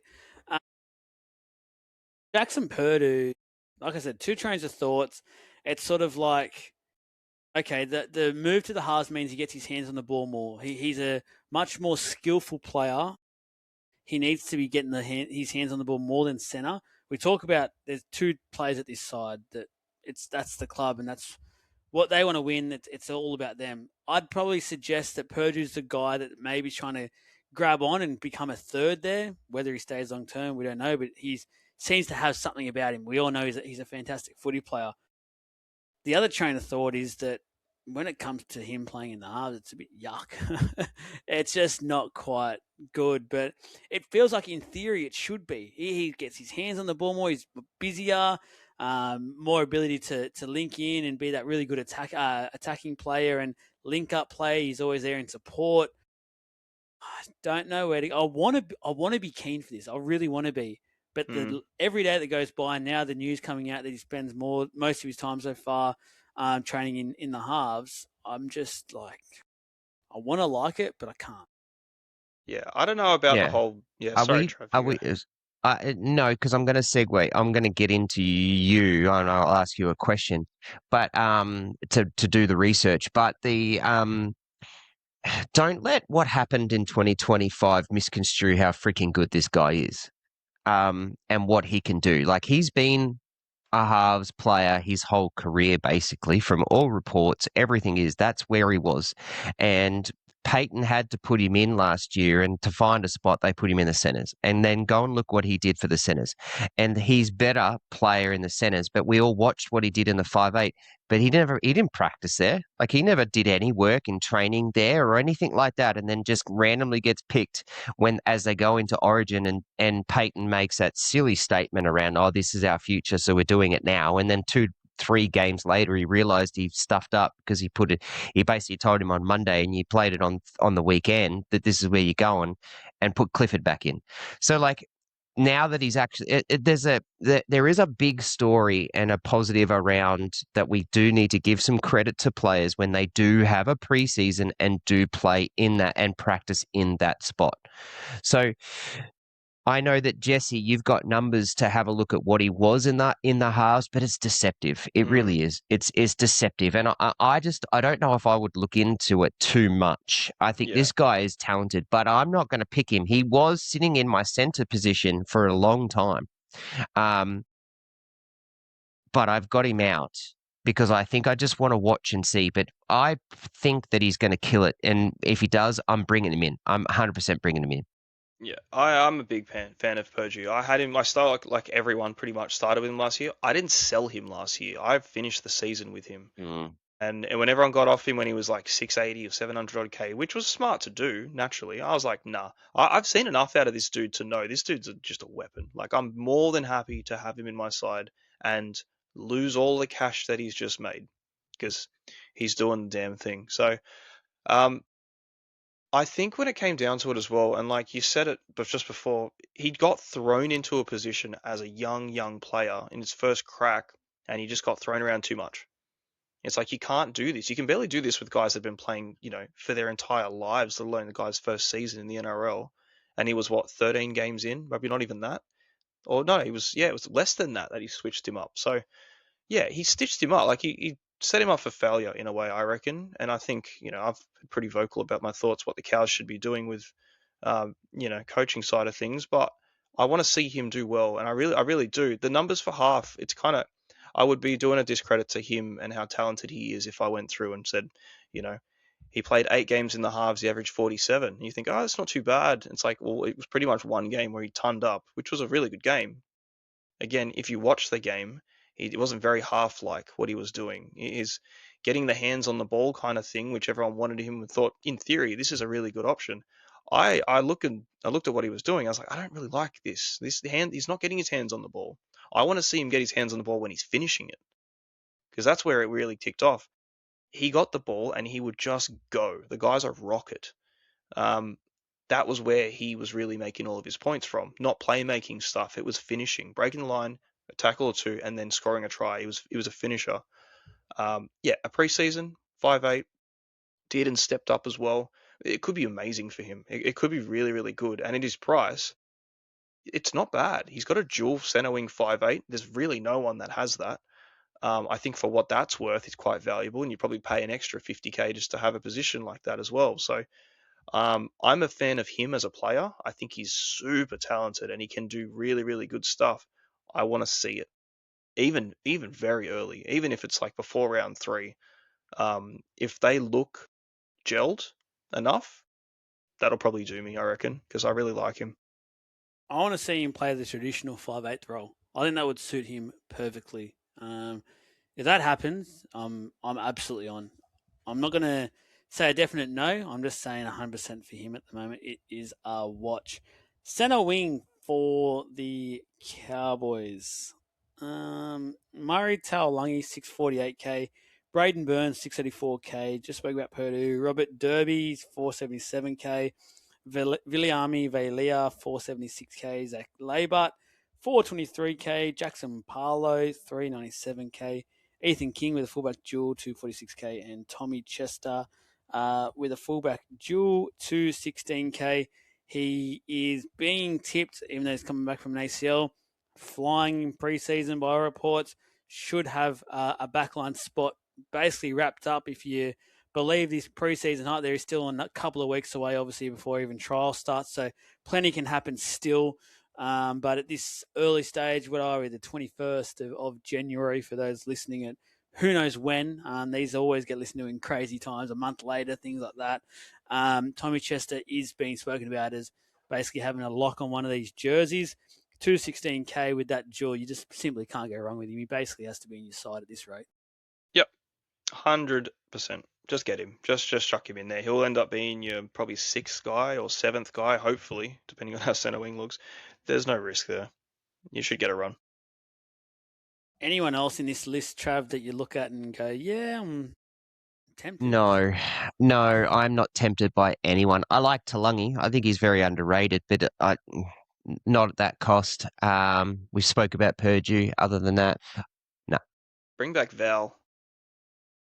That got me excited. That was the only thing that got me excited about Cowboys centre wingers. Now it's Purdue. Breaking news, Val back to the Cowboys. Swap Taulagi, who knows? Fullbacks, Scotty Drinkwater, 793K. I've got him in my team, boys, and I've had him in my team for a while now. As do I. I really like fixtures. I like what he's doing. I just like him. I just like having him in my team. I feel safe having him in my team. I don't know why. He just makes me feel a bit like warm. Yeah, he gives you the warm fuzzies, eh? He's a captain shout round 1 too, old lad. He's in my team. He's in my team, and I've got the armband on him. Would you go an early Vegas captaincy? Would you? You just said last week you VC. hate Vegas. Oh, Against VC. Ponga. Sorry, yeah. VC, Yeah, every day of the week. If you've got him, you're rolling that dice. I think. Why spend your 800K on one of the best fullbacks that we've had in Supercoach if you're not going to put a chip on him? At least just give yourself like something to Vegas, look forward to in Vegas. A chip in Vegas. There'll be a few chips for him. Exactly. Yeah, I love it. He won't be drinking water. Probably need to. Yeah, look, it's great, man. Drinkwater's a weapon. There's really little to convince anyone otherwise, honestly. Maybe go back 3 years and you got to try and twist an arm. Drinkwater's lockdown bona fide gun in this position. Get him. There's nothing more to say. He's solid as. The draw's good. He's good. He's goal kicking. Should do anyway. I don't think there's any reason for him not to. Yeah, Clifford's not around, so he will be. Yeah. 0 risk, all reward.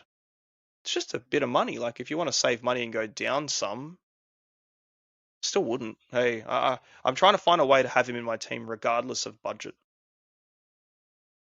He's one of the first I've put in my team a number of times now. I'm at the point now where I almost just feel like he is basically a must-have to start this year. I really am keen on him. Trav? Couldn't agree more. He's in my team as well. So all 3 of us have got him. He was the first fullback I had in my team. Will continue to stay that way. I like that draw all the way till 15. I don't force it. I mean, you got to live with the 30. Got to live with the 14. Like, there was a game last year where he got 150. Was it the Newcastle game that he got 150, but he was on like 13 with 10 minutes to go or something like that? Or there was like he can just do that where he just puts on 110 minutes. So you live with those small games for those monster games, and then there's some parts in there that's, the 90s and 70s and stuff like that. It is what it is. This is Drinkwater, and I'm taking that, and that's why I like it more than when we compared him to Edwards, or I compared him to Edwards, and I'm going to pay that extra little bit because of that enormous upside that I've got, plus the draw. And the other side of it too that is, as I said with Dearden, is there's 2 people in this team. If the Cowboys are going to have any chance, one was Dearden, the other one is Drinkwater.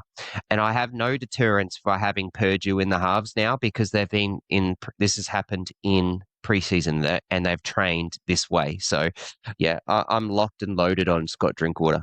Yeah. He also seems to be this guy that more often than not, it's like a Sunday, we're looking at our scores going, shit, I just need something to happen for me. Seems to be Drinkwater more often than not that just ends up pulling something. He just has one of those games like, oh, thank God I've got Drinky on my side. Yeah, it'll probably happen maybe once or twice in a year. He might let you down, and it's Yes. not even that bad. He's so consistent, yeah, and he can do it against anyone too, which is nice. Like last year, he put 117 on Penrith. He followed it up with a 14 against Manly. That was the worst game ever. I remember that. That was a killer. That's when I People actually had the C on him. that's when I brought him in. Yeah, Yeah. I brought him Yes, in that and there was week. a lot with the C on him. You're right, Joel. Yeah. Yeah, because I was like, oh, I can't miss this. The last 3 weeks have been ruthless. He put 105 on Melbourne a few weeks later, and then he also backed it up with another game in Melbourne. He put 99 on them. So, like, he's yeah, and there was many more tons amongst the group there too. So he's got it, man. He's just a freak. I love him. Such a good Yeah. super coach option. Yeah, Absolutely. needs a Blues Snapshot for the debut. Cowboys. Yeah, we said that on our NRL podcast a bit earlier in the about two weeks ago now. In our fullback one that he deserved. I wish he got that sort of thing. He deserved it. Snapshot on the Cowboys boys, and I feel like there's like a little. There may be a diamond or two, but other than that, there's plenty of rocks. Jesse. Yeah, 100%. You've got a couple of really good players, and then it's just planks of wood. Um, I don't know. I don't have high hopes for the Cows as far as like how they'll fare up on the ladder. But I don't think that ever really hinders Drinkwater and co. You know what I mean? They're dudes that have been in this team for long enough now, which is, kind of exceeded expectations in a way. But they will always just do their super coach thing. And that's what's important really, isn't it? What they're scoring for us every week. So yeah, there's not many options, but the ones they do have are probably some of the best in class. Trav, finish us off with your Cowboys snapshot.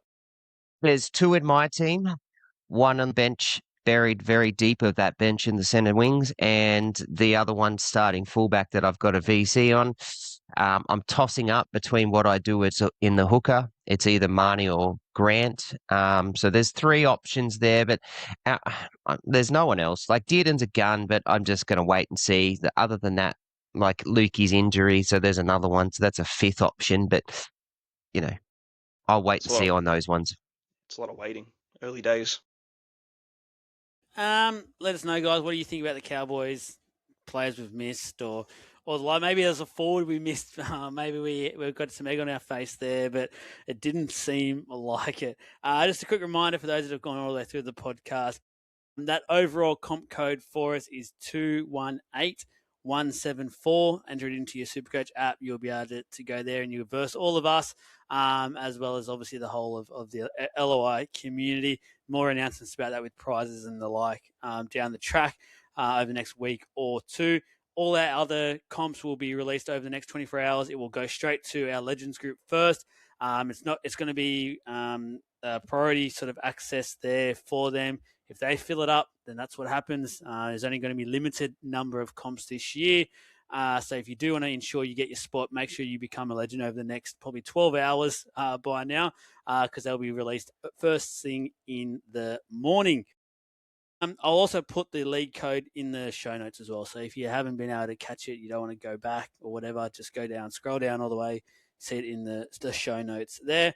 Thank you to everyone, though. Make sure you like, subscribe. If you do have a business, don't forget you want it to be part of the League of Inches, whether it's sponsor the page, the podcast, you want to be part of one of those comps and give back, please reach out.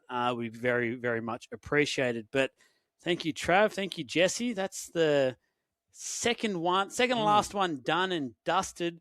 We do finish with some really interesting teams, guys. So I think next week, I'm just bringing it up here, but I believe it's Dolphins, Souths, and the Tigers. So there's some really Supercoach relevant players in this group, and it's only a 3-teamer, but this could be our longest one. There is some juicy topics. Tell you what, there's a lot of teams out there that have like 4 or 5, 6 South players, and there's legit reasons to own all of them. It's ridiculous. So we will see. That'll be a fun one, boys. But let's sign out. Thank you very, very much. We will speak to you all very, very shortly. Bye bye.